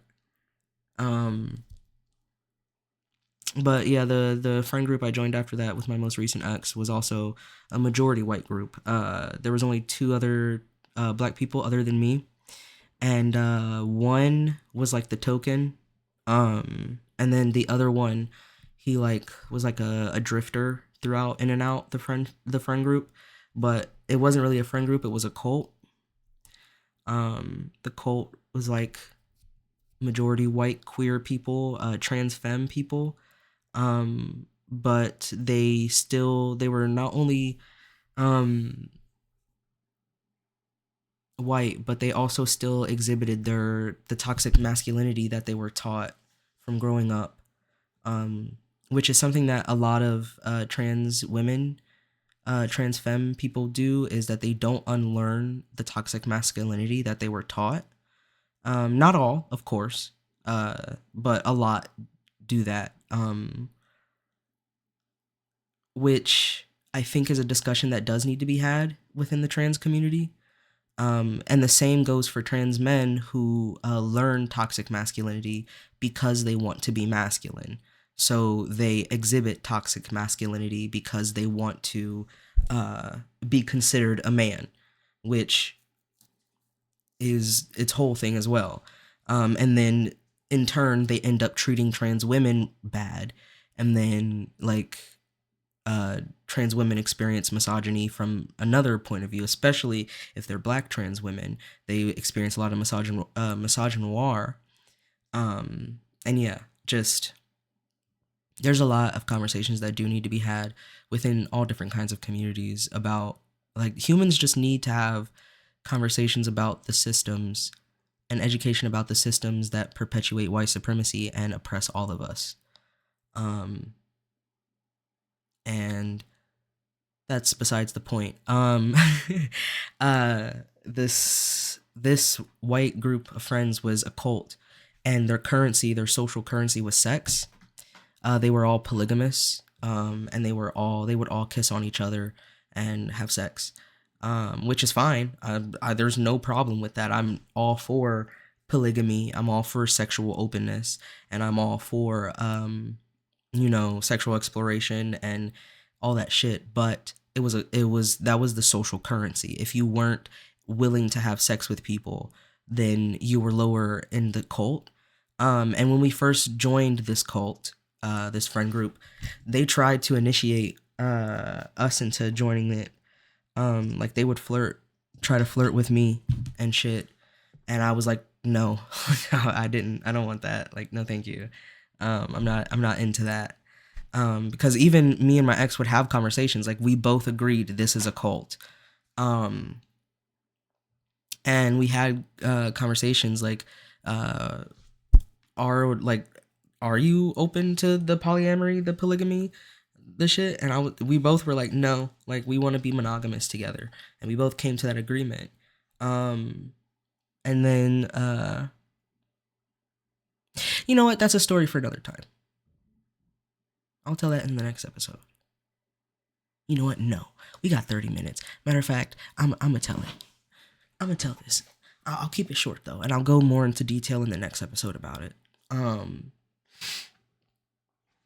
Long story short, this cult, their currency, social currency was sex, and the hierarchy, how it was set up was, um, the amount of people that you had sex with in the group, and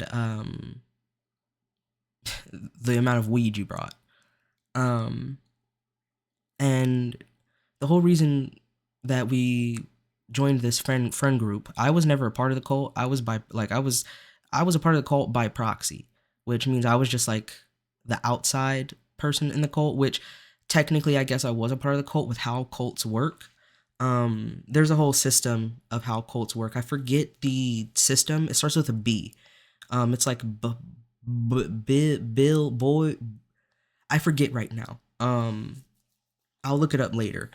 But there's a whole system with how cults work, and they ticked off every single part of the system. If anybody knows, leave it in the comments. If you know the system, the structure, yeah, the system that cults run on. Charles Manson, his cult ran on it. All the popular, not popular, but notable cults. They all run on it. What's the one dude's cult? He killed some Hollywood stars. That one black, I think she's a black artist, actress, and her husband. That cult as well. Uh, that's not Charles Manson. That's no, that is Charles Manson. Yeah, I think that's Charles Manson. Now I gotta look it up because now.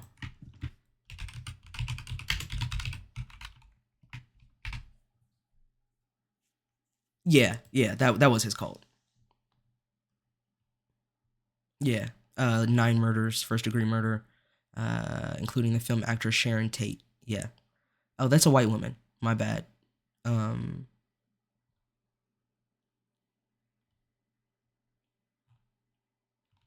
but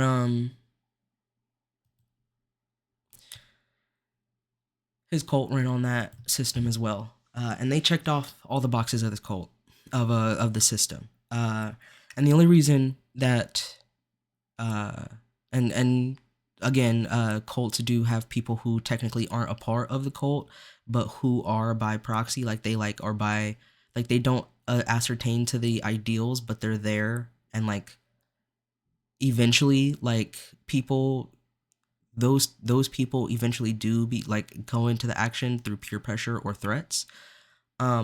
I, however, would not succumb to it. I would not. I didn't want to have sex with them. Honestly, I didn't find any of them attractive. I found maybe 2 people in the cult attractive. Um, but I didn't want to have sex with them. I didn't want to get close to them like that. And I was into my relationship. I wanted to be monogamous. And the only reason I was here is because my boyfriend wanted more friends. I'm a homebody. I don't have many friends, especially ones that like I can go and hang out with. And he himself didn't have any friends because the friends that he did have, he abused. Um, he was he told me himself I'm racist. I should have believed him.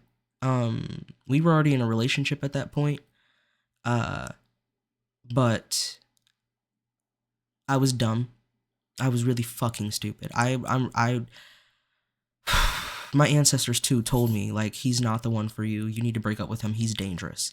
And I didn't listen. I ignored my intuition. I ignored my ancestors. I was really fucking stupid. That this time I will call myself stupid for that. Because I had the knowledge and I ignored it.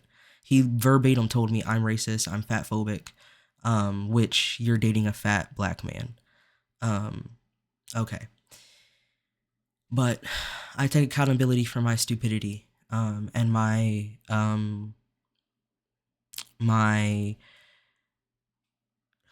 me wanting to ignore them, my intuition. Anyways,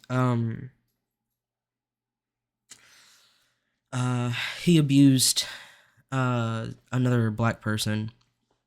He told me this story later in our relationship, and disabled them, by pushing them down the stairs.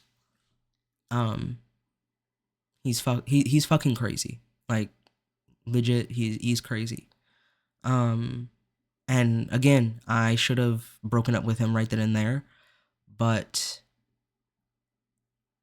I I've always had this desire to help people, and part of that desire to help people is to fix people. I've healed from this. This last relationship is actually what made me realize this and helped me heal from it, which most of the help was myself realizing these things and therapy, but this was the catalyst. Again, with my beliefs, I do believe everything happens for a reason, and that not everything is a lesson, but that a lot of things are lessons, and that most canon events, most canon events are lessons. Um, and if you don't learn from that lesson, then you repeat the cycle, and you continue to experience these things over and over. But sorry, I just drank all that water in y'all face, all up in y'all ears. Give you some ASMR.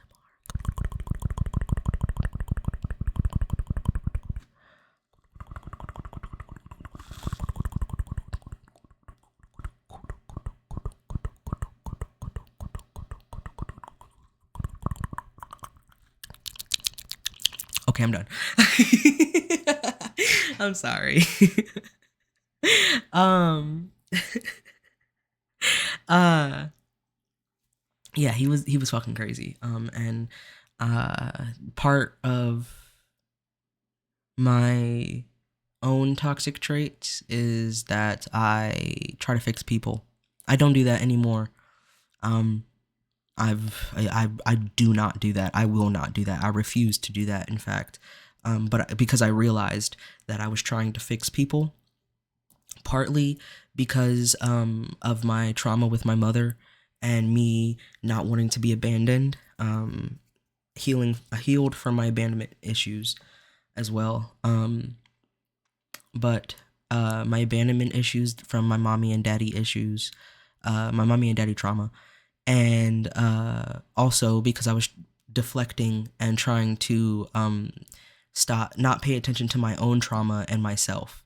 So I wanted to fix others, and heal their trauma instead of healing and fixing my own. Because in order to heal and fix my own, I would have to face it, and I would have to feel it, and I would have to, um, face my demons.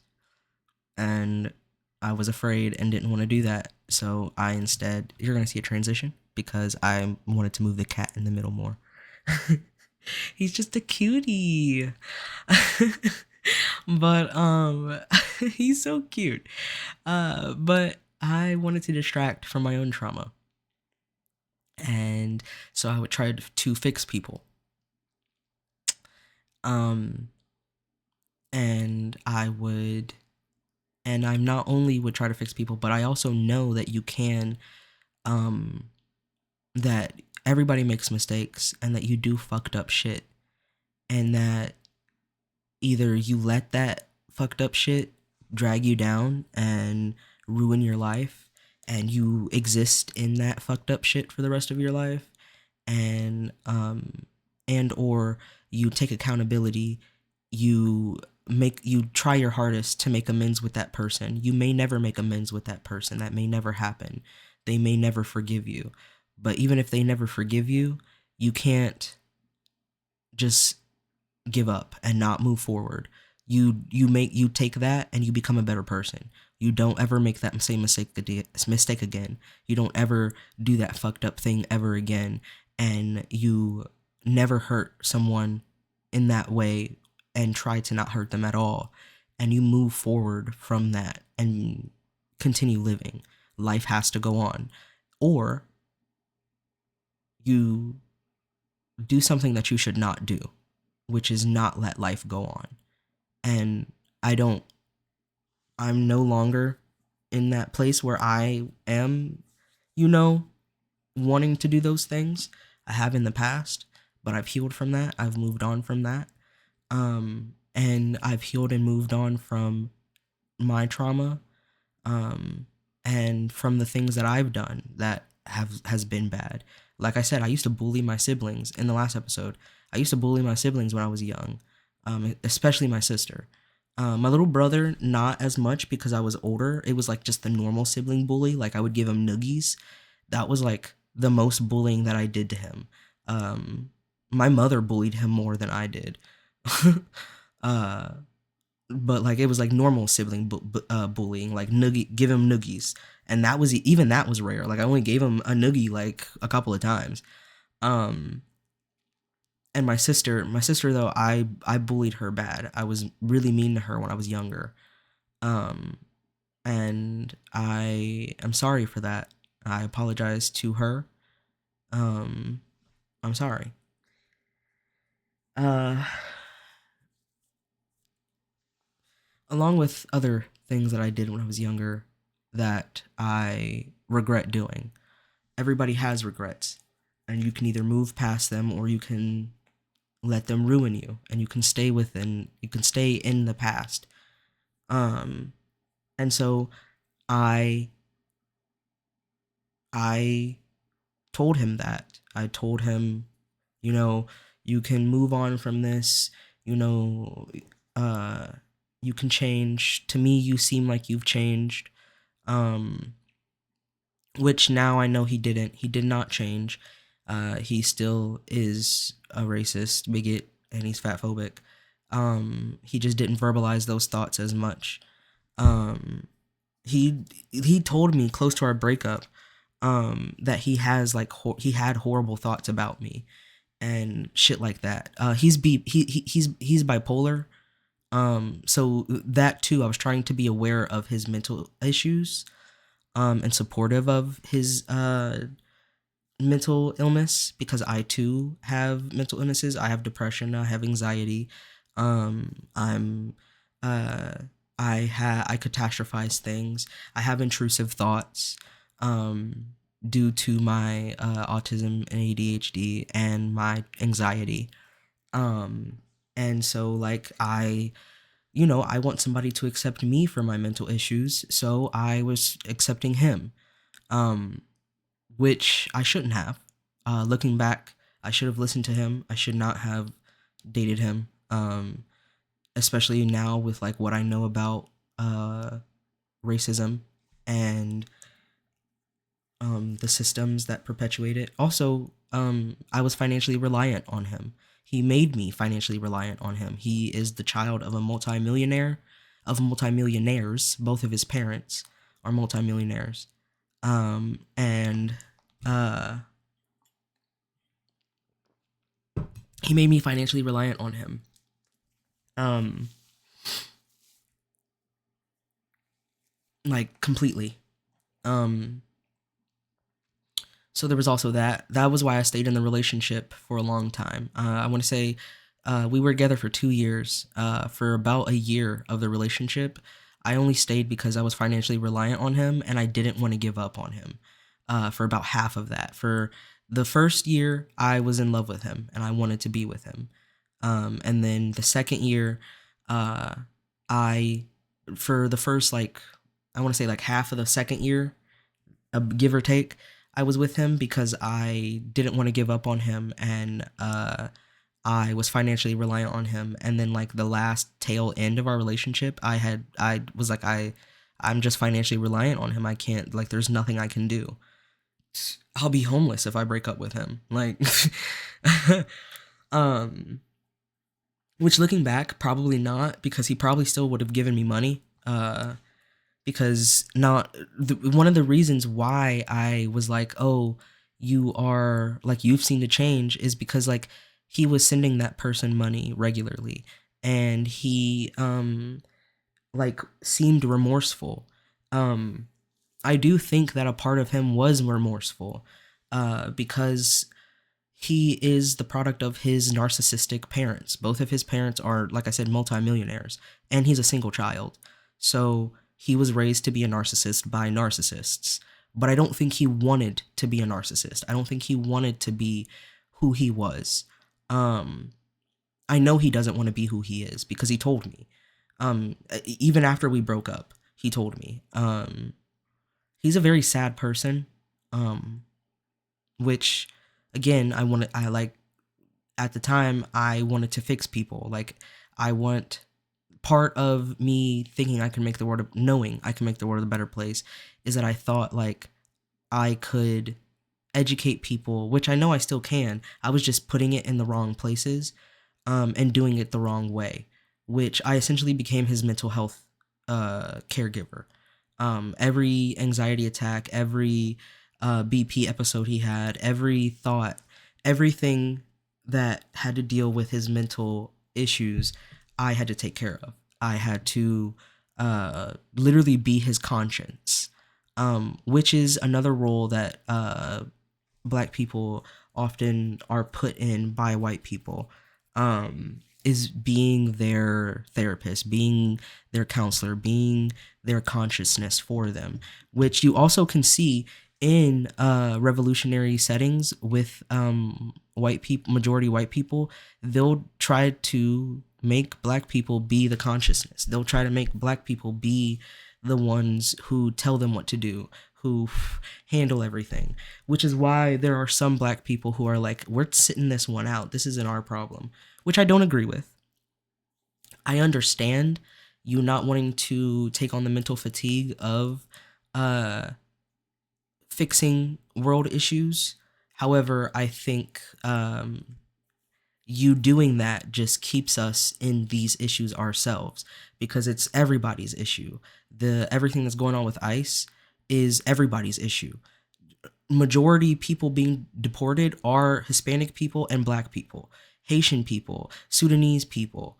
Um, the whole thing with fucking Haitian people in Springfield, Ohio, that is um dealing with the same things with ICE and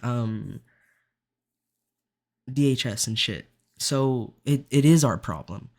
However, I do understand the mental fatigue, the black fatigue. I understand what black fatigue is, um, which a lot of people don't. A lot of people think that it's, you guys have seen how it's been turned to be, oh, black people are so tiring. No, black fatigue is the fatigue that black people have from living under white supremacy, living in America, living under the machine that is white supremacy. The entire world runs on this machine. Um, that being said, I was not educated about these things at the time. I was actually, me being in the relationship with him is what catapulted me into this education, into this knowledge. Is I it was the catalyst for who I am now. Um, so uh, long story short, I a lot of the relationship I was trying to help him, which even now, like if I'm in a relationship, I still do want to help my partner. Like if my partner has mental health issues, I want to be supportive. Like I said, I myself have mental health issues, so I would want my partner to be supportive. Anything that I want, I will give. Anything that my partner needs, I want to give. Like that's just the kind of love that I give. And it was toxic to a point, to myself, um it was toxic to myself because I didn't have boundaries, and I didn't have enough self-worth to realize that this was an unhealthy relationship for both of us, that he needed to go and be in his own therapy and handle his own shit, that he didn't need to be in a relationship. And toxic for me because I'm with a racist, fatphobic nepo baby. Um and yeah. Uh and that I should not be with him. Um but I truly didn't believe that that's who he was when we first got together. Um I truly believed that he was not that. And like I'm still correct about that because like deep down that's not who he is. That's not who he wants to be. He was raised to be that way. And this isn't an excuse, of course, but deep down that's not who he is. But that is who he is because that's who he chooses to be, because he does not put in the effort to change, to fix that. I had to be the one to be like, you should go to therapy. You should go back to therapy. So he got into DBT therapy. And that was going good for him. And last time we talked, it was going well. I was the one who told him, your parents are drugging you. The meds that you take, your parents are drugging you so that they can handle your mental issues. And you should not be on those meds. But he was on them our entire relationship until we broke up. When we broke up, he quit them cold turkey. And he said that he was doing better afterwards, because afterwards he helped me move into my apartment because I had no one to help me. I literally had nobody to help me move. And I didn't have any money at the time because I was unemployed. So he helped me move into my apartment. And we hadn't talked for a long time, but I hit him up randomly. I was like, hey, I need help.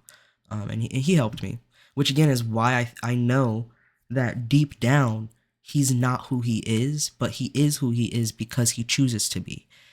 He is a caring person. He is a kind person. He is somebody who wants to help others. But at this point, what he does it for is his own self-serving feelings. Because he doesn't, that's not who he wants to be.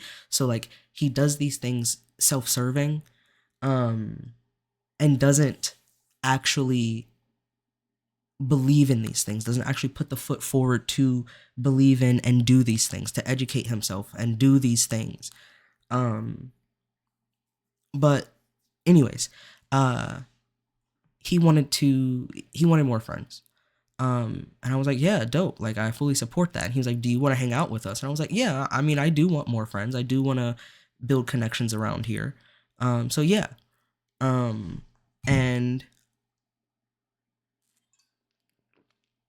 we joined this friend group. Everything's going great at first. And then we realize it's a cult. And he does not want to leave the cult because he wants friends. He still is a part of that cult, despite the fact that he says he does not like those people. He told me, I don't like them. Like the last time we saw each other, he said, I still don't like them. I think they're horrible people. But I don't want to be alone. I don't like that verbatim. That's what he said. Which is why I say he chooses to be a horrible person, because you hang around with horrible people and you have these horrible ideals and shit, and you don't put in the actual effort to change. You fight who you want to be. You fight who your true self is. And I can't do that.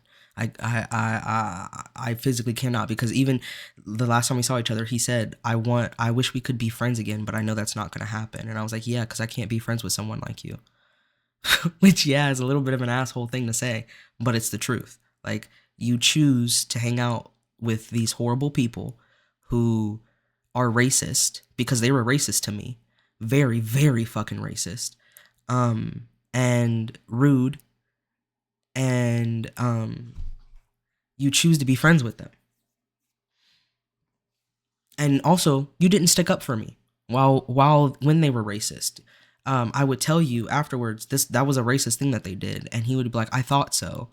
And I would be like, why didn't you say anything? He was like, because I didn't want to make things worse for you.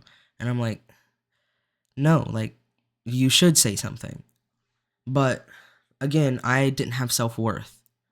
So I was learning self-worth. So I would stick up for myself, and I would speak out, but I didn't I showed up the next time that we would hang out for the free weed. They like I would show up for the free weed. That was literally what I told him. I was like, these are your friends. I'm not gonna be friends with them. I don't want to be friends with them. They're racist. They're horrible people. And I'm just gonna come for the free weed and maybe to have some drinks and party. That's it. Which, looking back, that was also I should not have done that. That also is fucked up. I should have just been like, yeah, no, you can hang out with them by yourself. Or better yet, I don't want to be with somebody who chooses to be with people like this. That's what I would do now. What I would do now is be like, I don't want to be with you. Like, you want to be friends with them, you want to hang out with them, that's all on you. That's cool. You do that. I'm not going to do that, and I don't want to be with you because that speaks to who you are. But again, I was young and I was dumb.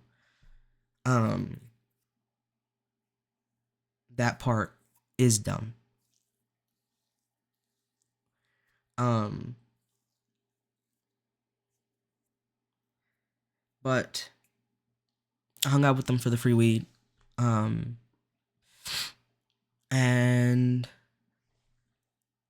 when we broke up, oh, there was someone in the cult who I knew he had feelings for, and that he was like cheating on me with.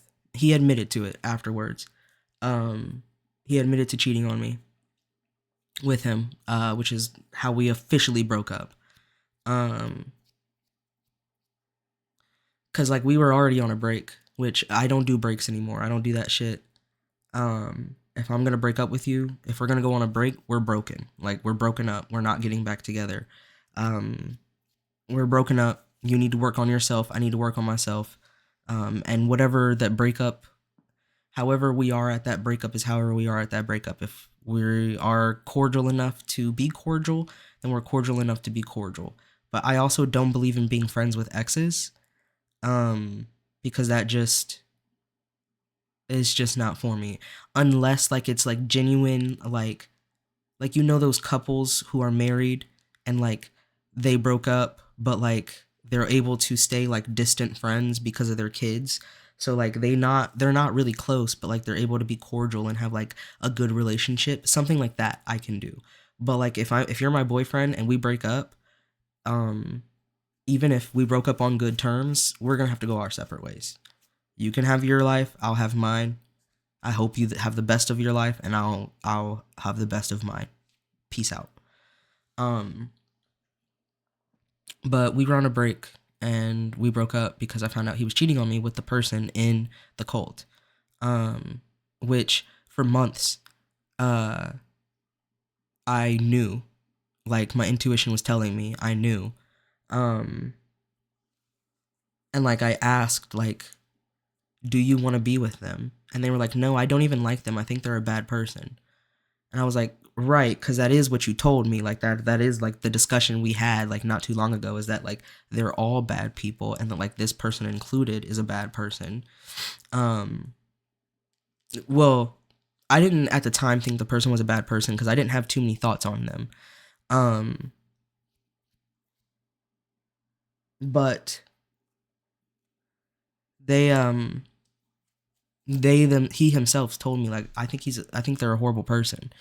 I actually don't know why I talk to them.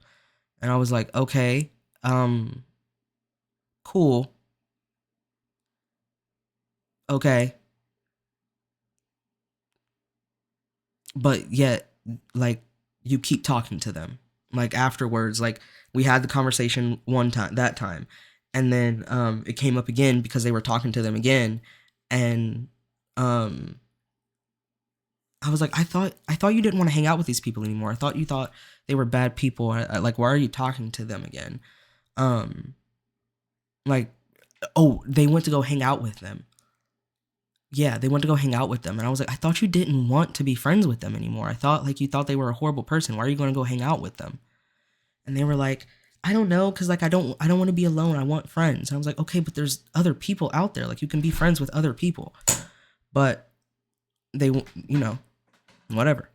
Um, Long story short, they were like, I have been cheating on you. You were right. I was like, is it with them? And they were like, yeah. And that pissed me off. I was like, all right, you can get the fuck out. You can move back in with your mom. Like I'm over this. I'm done. Go, leave. And at that point, I was no longer in love with them. I didn't love them. I was just with them because I was financially secure. Not financially secure. I was financially reliant on them. Which again, they made me financially reliant on them. They were like, I'll take care of you, because I had been going through some stuff. This was around COVID. I had been going through some stuff, and I got to get back into the workforce, but I really I don't know if I can handle that right now. Like I'm like being autistic. It's hard to work in the and it's hard to work in corporate life. And not only that, but like I've got so much shit I've got to worry about. And they were like, they were like, don't worry about it. I'll take care of you. My dad gives me enough money that can support both of us. And I was like, are you sure? And they were like, yeah. And I was like, are you 100% sure? And they were like, yes. And then also I was getting unemployment checks at that time. Um, so like I was able to have some money at the time, but those eventually ran out. Um, but they were like, I'll take care of you. They're like, you don't have to worry about it. Like, my dad makes more than enough. I get enough from my dad. And then also, like, if anything happens, like, I can just get a job. And I was like, okay. Like, are you sure? And they're like, yeah. Literally, I remember asking them like 20 times, are you sure? Like, are you sure? And they were like, yes. And I was like, okay. Throughout the relationship, I did end up getting a job. Uh, but it wasn't enough for me to support myself. Um, yeah, and I got the job because uh, I was financially reliant on them, but they would they were abusive with the finances. Um, they would have like panic attacks and be like, "Ah, we can't afford anything," when we could. Everything got paid. All throughout the relationship, everything got paid. And I would tell them, like, it's fine. Like, everything is being paid for. Um, like, here's the plan. Here's how it's going to go. Everything is fine. And, like, I literally had to plan how everything was like going to be paid, how everything was going to be handled. I had to make plans for literally everything. I had to be their caretaker for um, their mental health issues, um, and all that. Um, and I was like, I can just get a job. And they're like, no, I don't want you to get a job. I don't want you to. I was like, are you sure? And then I was like, okay, then if you don't want me to get a job and you want me to be financially reliant on you, then you can't be yelling at me and having panic attacks and like getting upset about how what finances we have and how the finances are being spent. Like you can't be controlling. Um, and I was like, and not only that, but like everything is being paid. Everything is fine. Um, Not only are our bills paid, but like everything is fine.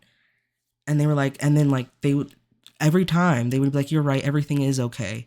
And like things would be cool for a minute and then it would happen again. And it's partly because of their BPD, but also because like I think like they just were used to living in a house. They had that like they never had to pay rent. They didn't have to pay their car bill, their car note. Their like his dad gave him the money to pay the car note. His dad gave him the money to pay for his phone bill. The phone bill was in his mom's name, so like his mom paid the phone bill. And then like every now and then like he would give his mom the $40 for the phone bill, which was money that he got from his dad. And then on top of that, he had a job, so like his dad would give him money, and he would get money from his job. Um, there was a short while where he stopped working, but even then, like everything was handled fine. But like he would freak out and like be like, we can't afford anything, da da da da da. And I'm like, we afford everything that we want. Like we eat out all the time, we go on dates, we go places, we buy weed, we pay the rent, I don't understand. Like, everything is fine. And then, like, if you need more money, you can literally just ask your dad for more money. And he'd be like, you're right. Da da da da. You're right. And then, like, a little while later, he would go back to doing that again. Um, which, looking back, I know what I should have done. I should have gotten my own job. I should have been self reliant. I shouldn't have had him pay for everything and, like, been financially reliant on him and all that shit. But he told me that I could. He told me it was fine. And again, he's the child of a millionaire, multi-millionaires, both of his parents. So, like, he told me it was okay. And, like, I would like to be in a relationship where I can rely on my man if he wants me to and I want to. Like, not rely on my man, because I do want to be self-reliant. I want, like, my own shit, and, like, I have my own goals and my own, like, I want my own life. But I would like a relationship where my man can be like, I got this, and, like, I don't have to worry about it. I would like to be able to be taken care of, um and not have to worry about feeling bad about someone who says that they are going to take care of me in these situations. Like, I would like a man who is, if I'm hungry, he send me some money for some food. Or I would like a man, if we go on a date, he's like, it's cool, baby, I got it. Like, I'll pay for it and shit like that. Like, I would like that. Um, and like, that's a normal thing to want and to, like in a relationship. But I wouldn't have relied on him so much if he wouldn't have told me that I could, if he wouldn't have said, I will take care of you. Like, you don't have to worry about it. So I was financially reliant on him, which is why we were together for so long. But once when we got in a place where, like, I didn't have to anymore, I was like, and I found out he was cheating on me, I was like, okay, no, I'm good. Like, if he wouldn't have told me he was cheating on me, we probably would have still, not now, but we would have been together longer. Um, but I was like, no, I don't give a fuck. And I was a little selfish because he when we had broken up, again, his dad is a millionaire, so he paid for a year of our lease in full up front. So we had a lease on a house, which was such a beautiful house. It was so nice. Because we were in a committed relationship. Like, our goal was that at one point we would get married. Which, again, looking back, disgusting. I would not marry someone like him. My standards are significantly different than they were at the time. I've changed a lot. I've learned a lot. I've grown a lot. Um, but, which, again, I'm grateful for. I didn't say I was grateful for it, but I've said this before to other people, which is why I said again, because I've told this story before to people.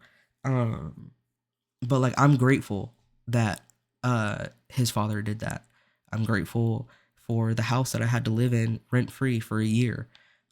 Which I was a little selfish, and I was like, I'm not leaving this house. My name is on the lease. I'm not leaving this house. But, like, of course I'm not gonna leave. I would be fucking homeless if I did. So, like, no. Like, your son abused me and, like, mentally abused me and cheated on me. And then we broke up, and he has a mansion, and he has two mansions he can go back to. Literally, two mansions he can go back to. Okay, maybe his mom's house is more of like a normal house, but his home house, like the house he grew up in, is a fucking mansion. Like, 4-story with a basement and an attic, like, multiple rooms. It's such an old house, an old mansion, that it had servant stairs. It had servant stairs and servant quarters all the way upstairs in the attic. That's how old that house is. It's a mansion, like Bridgerton type shit. With a salt pool in the back. So, like, he gets to go back to that after abusing me and cheating on me, and I would have nowhere to go. So no, I'm gonna take this house for the year, and then I'll figure out what to do after that. So no, like, fuck you. And like his mom was like, abuse? He didn't abuse you. You abused him. I was like, no, he abused me. He even admitted it himself. Did he tell you that? Did he? Oh, and he cheated on me. Did he tell you he cheated on me? And she was like, no, he didn't tell me that. And I was like, yeah, I bet he fucking didn't. Like, what are we talking about? So there was that. There's also a lot more that goes into that relationship, but that's the gist of it. And then the cult was because he wanted friends. And like I wanted friends as well, but like I wasn't as hardcore on it. I was like, I can be happy being alone with just you and our dogs. Like I and my cat, like our cat, but not our cat, because fuck you, that's my cat. I miss you, Alfie. But like I can be perfectly content with just us and our little family, and us going out and experiencing things together. But I would like friends. Excuse me. I would like friends to go hang out with around here. So yeah, I'm cool to hang out with these people. Because he invited me to hang out with them. And so like we went together, and then I stuck around because I was like, I want to hang out with you. I love you. I want to spend time with you. So like, if this is what you want to do to have fun, I'll continue to hang out with you and come with you, which looking back again, should not have done. Because again, we shouldn't have even been together if you want to hang out with these people that we both agree are cult people, who are people in a cult who are racist and horrible people. Like I shouldn't be with you. But I had no standards and self-worth nor boundaries at the time. So I was like, I want to hang out with you and I want to spend time with you. I want to have a good time with you. I want to smoke with you, drink with you, go party with you, and then come back home and have great sex. Like I love that. Like I would love to do that with you. So if this is what you want to do to have fun, then I'm down to hang out with you. And join. Join along, not join the cult. Join along for the hangout sessions. Eventually I stopped. I was like, I'm not hanging out with them anymore. You can hang out with them by yourself, but I don't want to hang out with them anymore. And so I stopped hanging out with them. And then like we broke off from the group and like hung out with just a certain amount of, with just like two other people. Well, like three other people out of the group who were like the ones who like the ones who like were kind of cool. And I don't think they realized it was a cult. Like they didn't really, one of them didn't realize it was a cult. And I told her, like, I remember her and I having conversations and be like, yeah, that's a fucking cult. And she was like, no, because I did think like the dynamic was a little weird. And she was, because like she stopped hanging out with them too. And I was like, yeah. She was like, no, I did think the dynamic was a little weird, but I couldn't put my finger on it. And like I explained to her I was a cult, and she was like, holy shit, like you're right, like that's fucking crazy. She's like, this whole time I thought it was weird, but like I didn't know why. But like I see that now. And she was a really nice person. She helped me out a couple of times. I still owe her some money. I gotta pay her back, but like I said at the beginning of this video, my car got repossessed. I can't give her no money right now. I plan to. I think I still have her number. I don't know. If I don't, then I know where she lives. And like I can be like, hey, here's the money I owe you. Sorry, I haven't paid you back this long, but a lot has gone on in my life, and I wasn't able to, but I can now. If I don't have her, if I do have her phone number, I can just send it to her on Zelle. Zelle her the money. But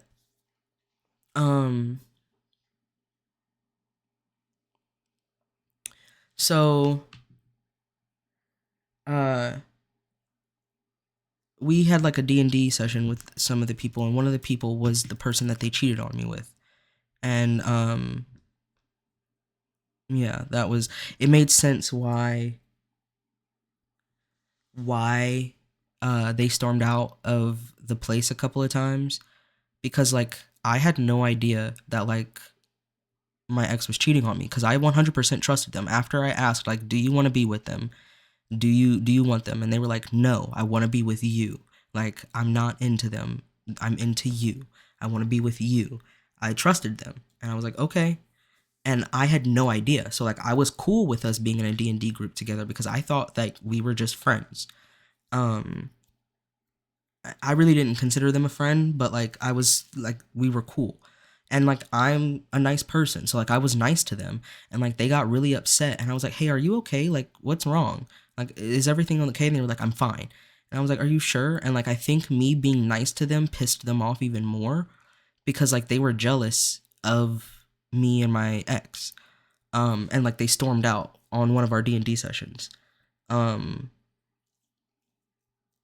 and the other person was like, well, that was a little weird. And I was like, yeah, that was fucking weird, but okay, I hope they're fine. My dumbass. My dumbass, they were fucking cheating on me. They were fucking cheating with my partner. And I was sitting there being fucking empathetic, trying to be like, hey, is everything okay? Like, what's wrong? And that pissed them off more, and they stormed out. Um, but yeah, the like the leader of the cult was my ex's ex fuck buddy. The leader of the cult was slash friend group. The cult was my ex's ex fuck buddy that they were fucking with, literally like two 3 weeks before 2 weeks before we started talking. And like the week that we started talking was like, no, they were, I think even when we were talking like is when they cut them off because when we started talking seriously. Cuz like my ex himself admitted that like he was his sugar baby. He was her sugar baby. And they would have sex and then they would pay them for the sex. And then they would stop after that. Like that was how it was. Um so not even really a sugar baby, but more like a sex worker, a hooker. I don't like that word. Um a lady of the night. Or a man of the night, a gigolo, if you will. Um and I didn't know that until later. They told me. And they were like, yeah, that's why she was wearing my hoodie that I left over her house because she was trying to make you jealous. And I was like, I didn't even know that that was your hoodie. Like, I didn't care. And she's like, yeah, it was more so for me, I guess. And I was like, yeah, that's fucking crazy. That's funny. And she was like, he was like, I think she was hoping you would notice. And I was like, yeah, no, I don't give a fuck. That's funny because I'm the one that's fucking you. In the end of the day, like, but now that I look back on it, I wonder if this was like all a setup. That would be crazy. I've been pondering that a little bit here and there. Um, if like it was all a setup of like trying to get me into this cult, trying to harvest my energy because they're all spiritual workers. They're all witches, and a lot of them did do witchcraft on me. They attacked me with spiritual warfare. Um, they tried to destiny swap with me, which it's not successful. It didn't work. Fuck you. Your magic will not work on me. No weapon formed against me shall prosper. Fuck you. Um, but they tried to destiny swap. They did magic on me. They did black magic. Shadow. They did black magic on me. Um, I gained like 100 pounds. After the like during this whole situation. I had like really bad mental issues. Uh, it was a lot. Like they did a lot of black magic on me. And I was really naive. I was at the beginning of my journey, my spiritual journey, so I didn't know. I wasn't able to pick up on what it was, but now I know. And them bitches are being handled as we speak. My ancestors do not play about me. My spirit guides, the deities that love me, they do not fucking play about me. You are being handled. Um, but um, yeah. Uh, it was a crazy time. Um, Pretty extensive cult. I don't know if it's still together. I don't care. Um, they're being, like I said, they're being handled. So, but the last that I spoke to that ex, they helped me move, and I didn't have any money at the time because I had spent all my money on first and last. Um, so I paid them in food, and that was when I was educating them about, because this is right when the last time we spoke was right when all the stuff in Palestine, the genocide going on in Palestine, was being recognized on a global scale and with the modern populace now, because people have talked about Palestine in the past and people have known about Palestine for a long time. Like Zach Fox said, and Jesus is the one, free Palestine, free AK. You know, he been knew. And then Fred Hampton, he talked about Palestine in the fucking 60s. So they've known about Palestine for a long time. Or, hold on. Ooh, I hit my mic. My bad. My bad.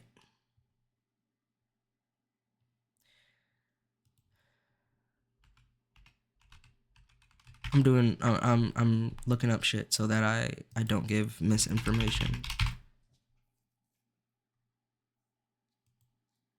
Yeah. The Nakba started in 1948 and has been going on um up until now. It is still going on. So even Fred Hampton talked about Palestine. This is something that people have known for a long time, but it just recently, again, the general populace has learned about it because Is Not Real started their attacks again on a large scale, started bombing, and we have the internet, which is why they're attacking TikTok. Uh, even uh, Benjamin Shitinu said TikTok is their number one enemy. Because they couldn't control it, but now they do. So there's that. Um, but uh, this was around that time, so like I educated him a bit about it because he was like, uh, wanting to get some Starbucks, and I was like, yeah, you shouldn't get that. I'm not gonna pay for that. You can't get that with my money. If you want to get it, go ahead, but I'm not gonna buy that for you because I'm not gonna support it. Um, and So but he was like, "Oh, I didn't even know," and I was like, "Oh, you didn't?" I said it more genuine at the time, because I was genuinely like, "Oh, really?" Um, I didn't mean to say it sarcastic, with the sarcastic tone. Yeah, but so I taught him a bit about it. I educated him a bit about it, and I was like, "You should look more into it, because it's a serious thing." Um, as well as Congo as well, um, which everybody should educate themselves and stand with the people of Palestine, Congo, Sudan, Yemen, Haiti, America, America, America, the world, the world, the world, because we are all oppressed under white supremacy, the machine that is white supremacy, and the oppressive regimes that uphold that system and machine. That run on that machine. Anyways, um, uh, so like the last time we spoke, I bought him some food. We come back to my place to eat, and he asks, "Can you use my bathroom?" I'm like, "No, you can't use my bathroom," because I taught him that if you piss in somebody's bathroom, um, it's you laying claim to that space. So I told him, I was like, "Yeah, no, I would prefer you don't use the bathroom here." He was like, "Oh yeah, no, I get it," and I was like, "Yeah, because," and I was like, "Yeah, because if you piss in somebody's house, you lay claim to it." He's like, "Yeah, no, I understand," which I 100% believe he's in on the black magic and that he knew more about magic than he claims. Uh, but yeah, he tried to piss in my house. I told him, "No, you can't piss here." Um, uh, because again, I taught him about that when we were getting the house that we had signed the lease together. I taught him about that. I was like, yeah, piss in the bathroom. I'm gonna go piss in the bathroom because that's how you lay claim to a space, especially if you're moving in. Um, yeah. So he tried to do that at my place. Um, and we eat food.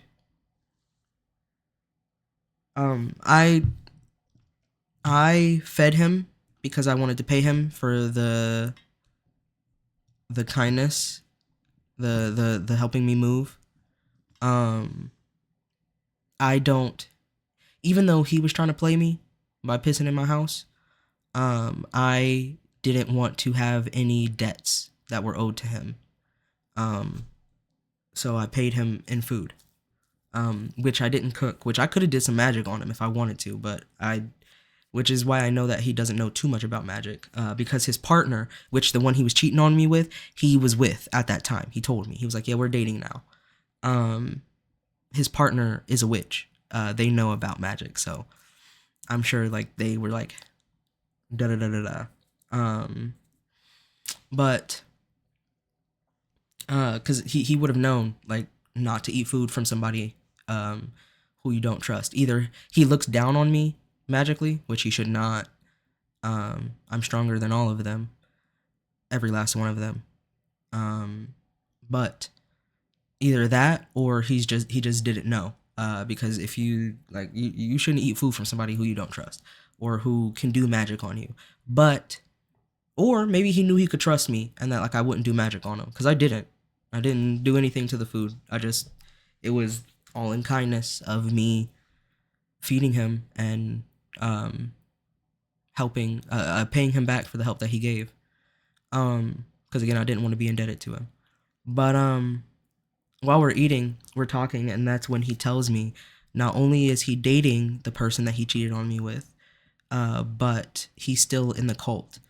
And at this point, I'm just like I'm over him. So like I'm just genuinely curious because like at this point I just want to pick his brain and know because like I can't fathom that.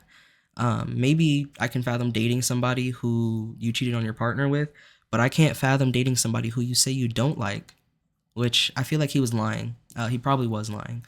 But he seemed honest when he was telling me, which and um I ask him, I'm like, how can you date and hang out with people who you say you don't like? I thought you didn't like him. He was like, I don't like them. And like he answered honestly, like from what I get from his answer. And I could see like the shame in his eyes when he said, I just don't want to be alone.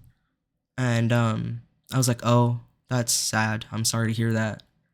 Um, and like I kind of gave him a pep talk and I was like, well, um, know that you can get free from that. It's your choice, and that you don't have to hang out with them. You don't have to be with them, and that sometimes being alone is better than being with people who aren't good for you. Um, and he was like, "Thank you," and I was like, "But I'm not. I'm gonna keep it at there because I don't want to. I don't want to. Put all this effort into being." I don't remember exactly what I said, but essentially it was I don't want to be your fucking mental therapist anymore. Um, and he was like, "Yeah, no, I know. That's why I didn't bring it up in the first place when we first started talking, when I first got here, because I didn't want that." And I was like, "Yeah, okay, cool." And then, but that was when he was like, "I kind of wish we could still be friends," and I was like. He was like, I kind of wish we could still be friends, but I know that's not gonna happen. And I was like, yeah, no, I can't be friends with someone like you. Just somebody who doesn't stand up to their own moral integrity, their own moral compass, and who is friends with people that they don't like. I can't be friends with someone like that. He was like, yeah, no, I get it. I was like, yeah, and like I can be blunt, and like I can I'm straight to the point. I don't, and like it's gotten it's I was gonna say it's gotten better, but like no, like I'm still straight to the point. Um, of course I still have empathy and like I care about how I affect other people, but I mean at that point with him, like he has like I don't have at that point I didn't have much respect for him because like he of the way he treated me. He cheated on me, he abused me our whole relationship. And like manipulated me our whole relationship and lied to me our whole relationship and was racist, is fatphobic, um is a narcissist, and I didn't have respect for him. I still don't. I understand. I struggle saying I have empathy because I do, but I know that like he's not necessarily deserving of it. But I still do because I can't help it. That's just how I am. I just not to toot my own horn, but I can't help it. Like I said, deep down, I know that's not who he wants to be. Deep down, I know that he wants to be a different person, but again, he doesn't want to be alone. And so he knows that if he just goes along, that he won't be alone. And that's partly why I was so into him because I do relate to him. Like, I don't want to be alone. A lot of my relationships in the past I stuck in because I didn't want to be alone because of my abandonment issues. But at that point, I had healed from that. And I was no longer like, well, at the point that we broke up, I was healed from that. But when we had first gotten together, I was in the process of healing from that.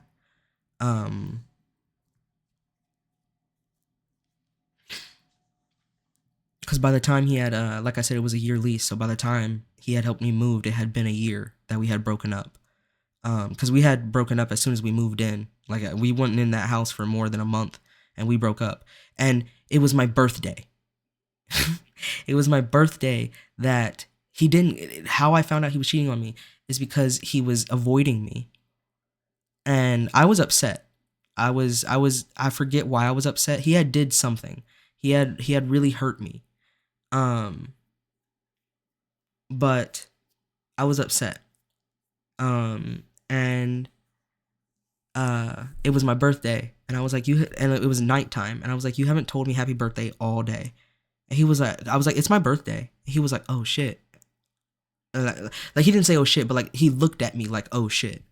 Um, you couldn't see the facial expression I made, but he had looked at me like oh shit, and like his mouth kind of dropped open, his eyes was wide, and I was like, yeah, it's my fucking birthday. You didn't tell me happy birthday all day. At the very least, like you didn't even know it was my birthday. We've been together for 2 years, and you didn't tell me happy birthday. You didn't even know it was my birthday. I know your birthday. I kind of still remember his birthday. It's around. It's in November. I don't remember the exact date, but it's in November. But he didn't even know it was my birthday. And that was the day that I found out that he was cheating on me because I was like, what the fuck? Like, da, da, da, da. I don't even really remember everything that we like had talked about and that like we were like arguing about, except the fact that it was my birthday and that he didn't tell me happy birthday. But then like he was like, I'm sorry, and I was like, for what? Um, and he was like, I'm sorry, he was like, I'm sorry because he's like, I'm sorry, you were right, and I was like, for what? What are you talking about? And he was like, I'm sorry, you were right. You were like, I've been cheating on you this whole time. I'm like, are you fucking for real? He was like, yeah. I was like, is it with who I think it is? And he was like, yeah. And I was like, huh. I was flabbergasted. I was pissed off because like I said, I had genuinely believed him. I genuinely trusted him.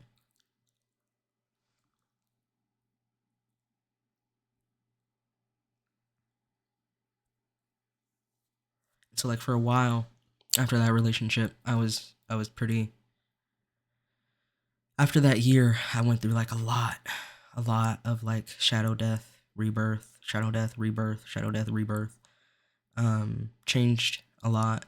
And it was still in the early beginnings of my healing.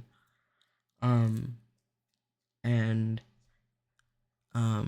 gained a lot of weight when we broke up, and I lost part of that weight And then, because like I said, I gained like 100 pounds.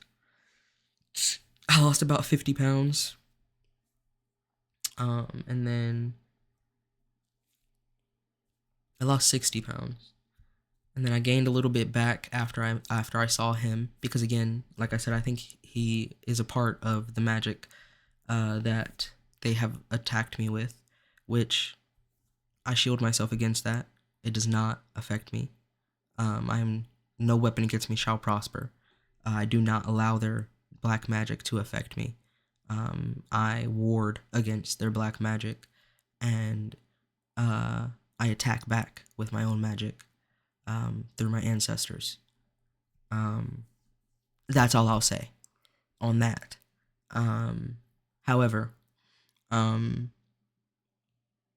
I gained a couple more pounds after that, and then I got a job.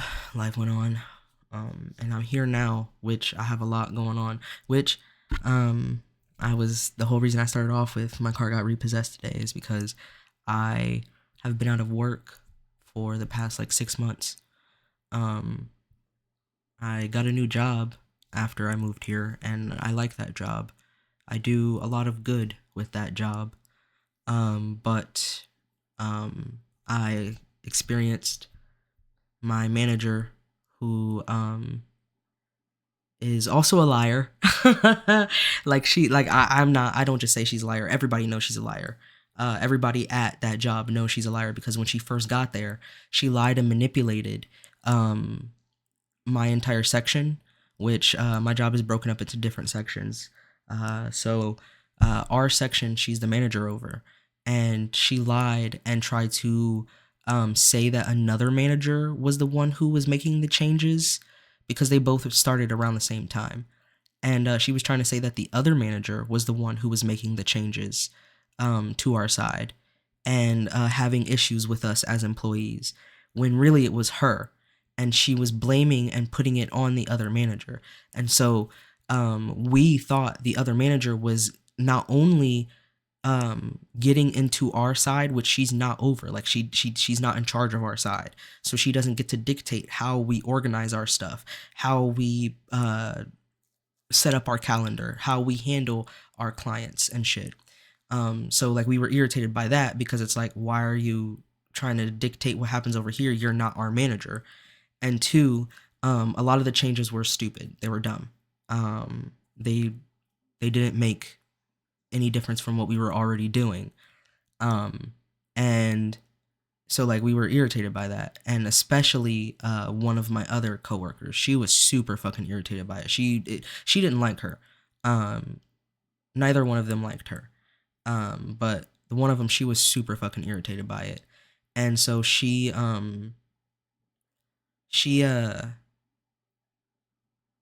eventually we like pulled them into a meeting, and it came out that she was lying the whole time, and that the other manager had no idea what was going on, nor why like we were like not liking her. She was like, I could tell that like you guys like weren't liking me, but like I didn't know why. And now this makes sense. And like she started crying. um and so like everybody knows that like she's a liar, and like nobody wanted to admit that she was a manipulator, and like I was calling it out. I was like, you're manipulating. She's like, it's not manipulation, I don't see how it's manipulation.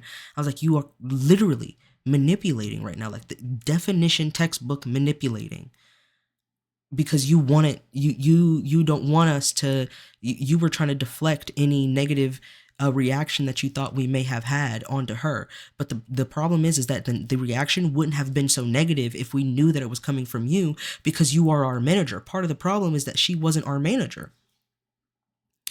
I'll go into detail about that in the next episode because that's a whole ordeal.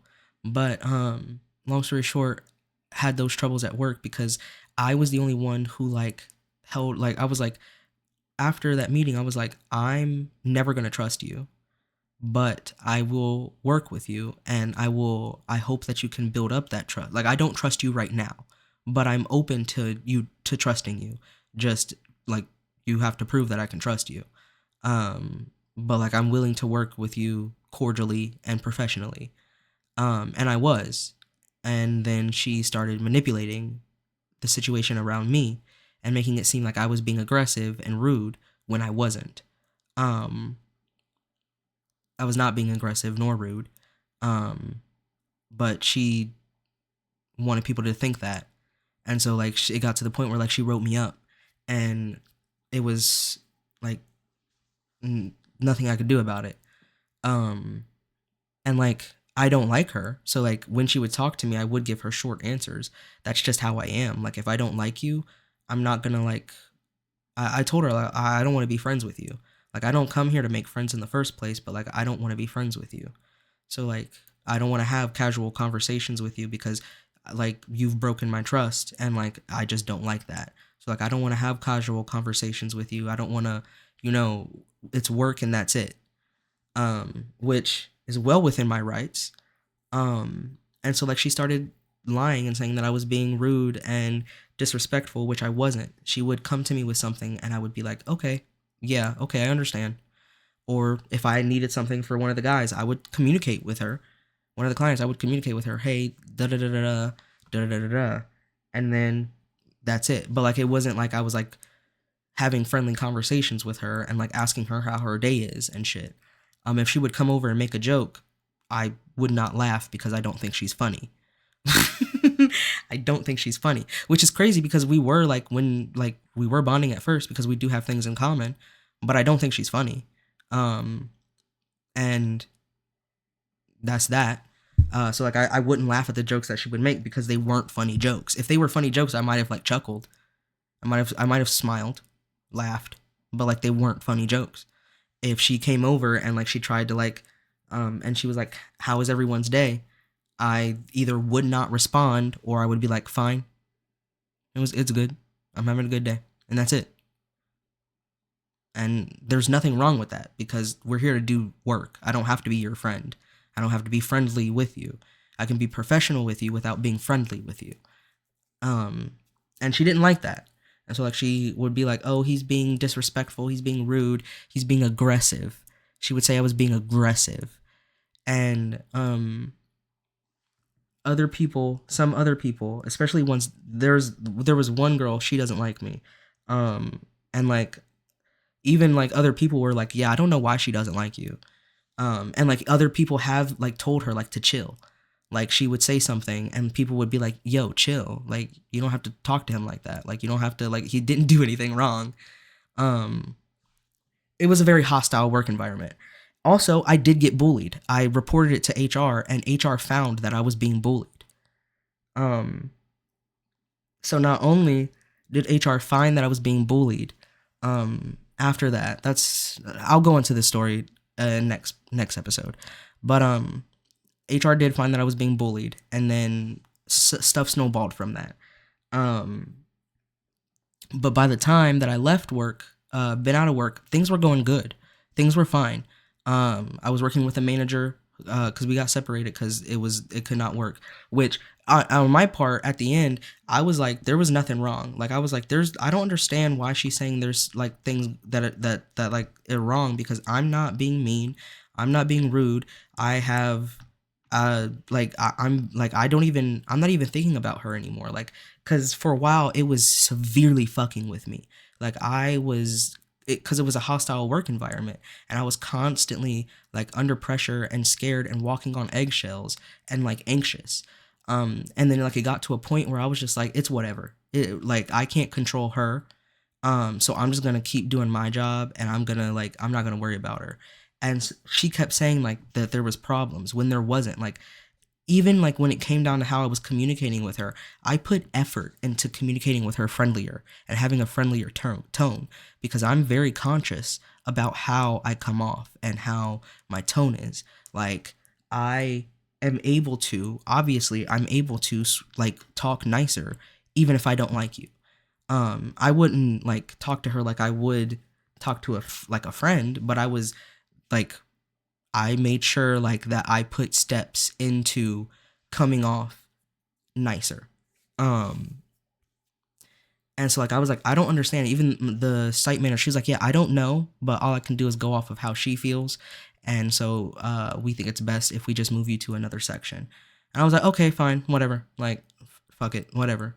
Move me to another section." Um and when I got to the other section, everybody on that section was like, yeah, no, he's doing great. He's doing a great job. We have no problems. In fact, one of them even went to her and was like, yeah, he's like, I'm glad he's over here. He's helped out a lot. And then the manager, she was like, yeah, no, there's no problems. He does great. We joke, we have a good time. Everything's cool. And like, it's fine. Like, there's literally no problem. Um, and there was no problem. And then I uh, developed seizures, which I haven't had one in a long time. I think weed makes me have seizures. I'm not gonna stop smoking weed, but I will lay back on it. I will smoke it less, and I will uh, take care of myself with it. But uh, developed seizures, so started getting help for that, and then I had surgery. Um, and I've been healing from surgery, and I'll be healing for like the next year. But I've healed enough to where like I can go back to work now. But I don't have a car anymore. My car got repossessed. Not only that, but it's so snowy here. I don't have snow tires. The car dealership that I brought it from, they gave me bald, shitty tires. So I was unable to go anywhere, even if I could, which I haven't had money to. In fact, my accounts are negative right now. Because my disability check bounced. My disability check bounced. But there's nothing I could do about that either because they're saying I spent that, which I didn't, but whatever. It bounced, so my account is negative $400 right now, and then my other account is like negative 50. And I'm pretty sure my bank account is about to be shut down. So there's that. And my car got repossessed yesterday because I've been unable to pay my car note. So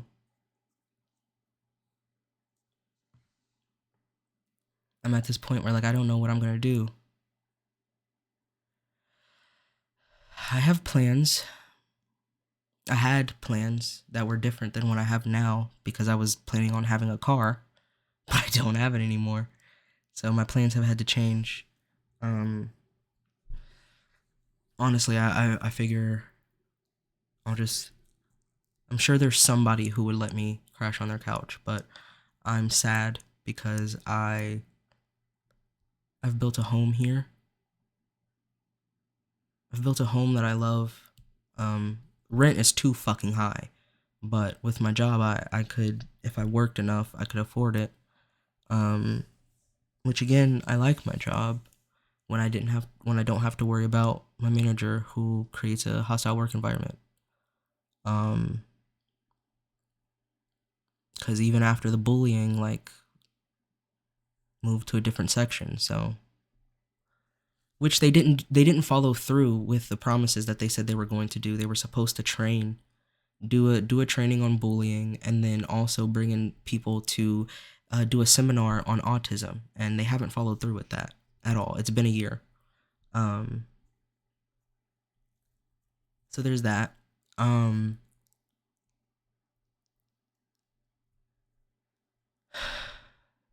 So now that I'm cleared to go back to work, I have to get a doctor's note from my doctor. But I can't even go back to work because I don't have a car and I live far from my job. I live far from my job, and it's snowed. I'm snowed in, even if I did have a car.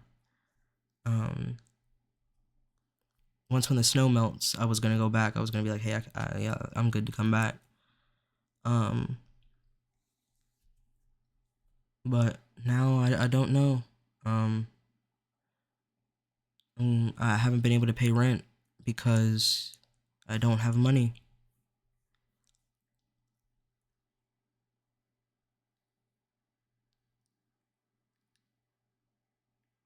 I'm sad because I'm looking around and I love my room. I've got all these nice clothes, which is a privilege. I'm very privileged to have this home, to have this apartment.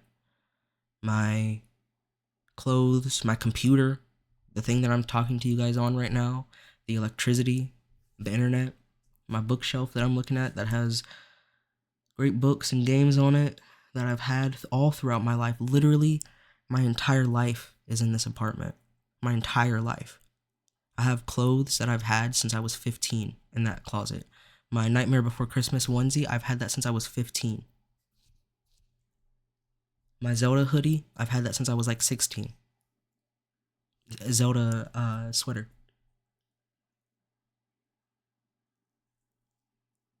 These posters that are up on my wall, I've had since I was 15. This Wolverine poster, this uh, Dark Knight poster, I've had, that was in my bed, that was in my teenage bedroom.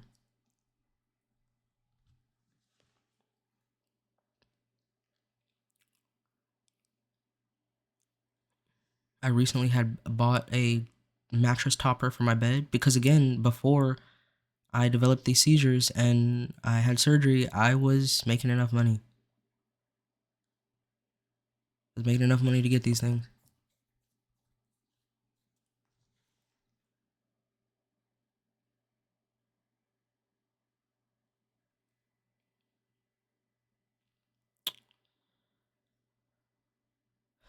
So now, the option that I probably have that's the most likely is that I'm gonna have to sell all of my shit and find somewhere to go. Because I am going, as of tomorrow, I'm late on rent and I will be getting evicted. I have 30 days after the 5th. Most likely. And I don't know what to do. I don't know what to do. Except that. Just accept it.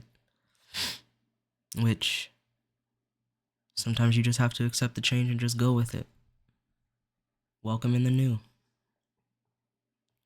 And it really, really, really, really, really fucking sucks. Because things aren't on my terms. Moving isn't on my terms. I'm losing everything. Yeah, to usher in something new, but still, it still sucks that I'm losing everything.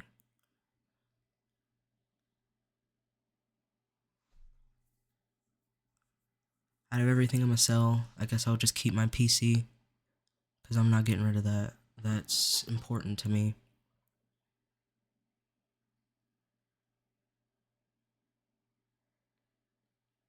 I was gonna sell my PlayStation, but I don't want to anymore.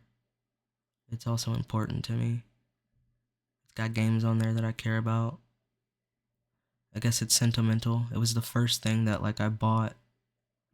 That was a lot of money. That and my TV that I currently have. No, the last TV was the thing that I bought for my stepdad. I bought his old TV. Everything I have in here is everything that I've... Not everything. Some things were given by others. Like, the bed that I sleep on was the bed that was bought at a estate sale that me and my ex went to furnish the place that we were gonna move in with each other. I kept the bed because otherwise I wouldn't have anywhere to sleep. I would have to sleep on the floor. So I kept the bed, got a mattress topper, make it my own. My apartment is so beautiful. I've made it a home, and I don't know where I'm going to go.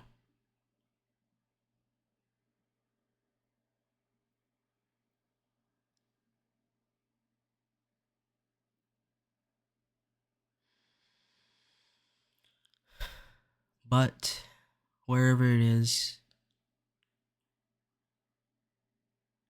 I know I'll be okay. And I know that I will still be happy.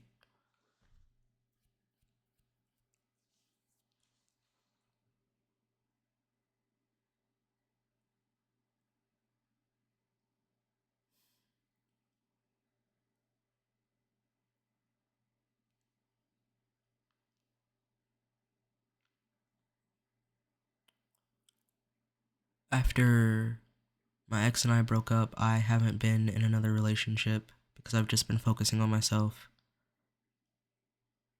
Um, and in real life relationships, I don't have any close ones.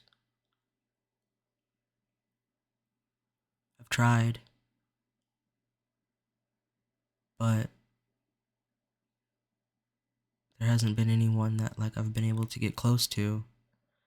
One, because I'm a bit closed off, but I've tried to like invite people out and hang out with them, but they've got their own lives. And there hasn't been anyone that I've met that has been eager to hang out with me.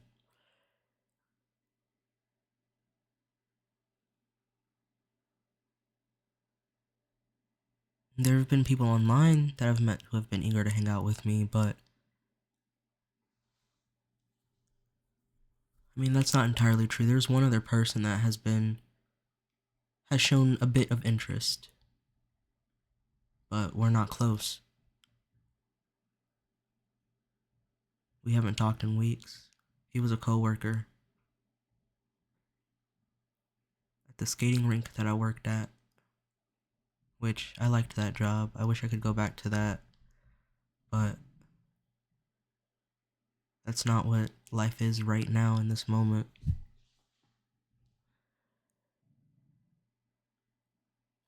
I can't go to a job where I'm being paid $18 an hour. Not even 18, $15 an hour for 3 hours a day on weekends. And that's it.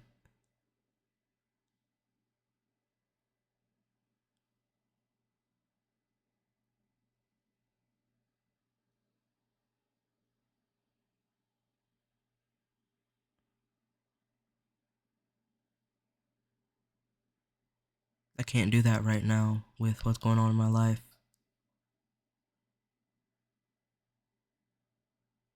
Because I can't even get there. I wouldn't even be able to get there if I wanted to. Which my fucking skates were in the fucking car.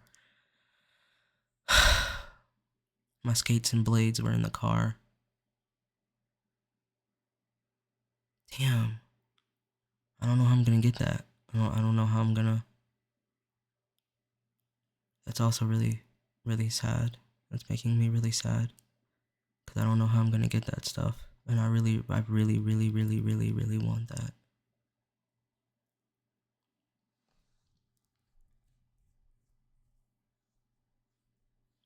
But I'm gonna try to stay positive. I'm gonna continue posting as long as I can. I'm gonna continue streaming for as long as I can. Um, I'm gonna continue for as long as I can and hope that I meet people who not only will help me and support me, but who will love me and be eager to hang out with me.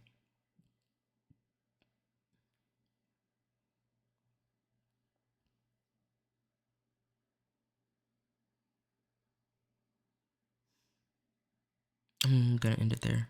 You guys have a nice day. This is a long one, a really long one.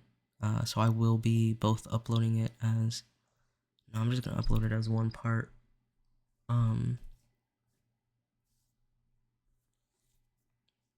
Maybe make some clips of it and post it somewhere else, you know? But as always, I hope this helps somebody. Know that even though I am going through this right now, that this isn't gonna be my permanent forever. I know that, and I hope that y'all know that as well, because no matter what you're going through, you will make it through, and you'll come out better on the other end. You just gotta keep your head held up high, and trust in yourself. Love yourself. Know that you have what it takes to get through, and know that it's not forever. That right now is not forever. Right now is only temporary. Right now is only right now. And Do what you can right now to make things better. Even if that's just watching a TV show that you enjoy for a little while, a couple of hours, while you apply for jobs and look for things to do to make your situation better, or playing video games, or going on a walk. The moon was beautiful last night. It was very beautiful. Um, know that she smiles down on you with love.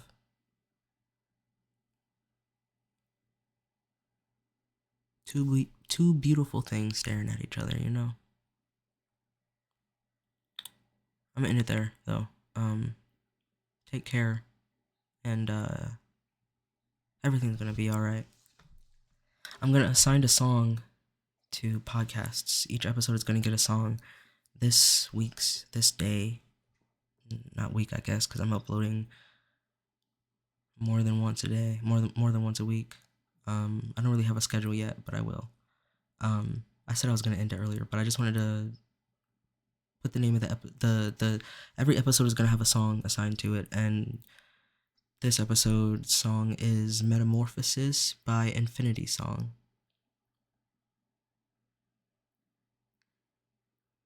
Know that everything's gonna be okay. Much love, and see ya.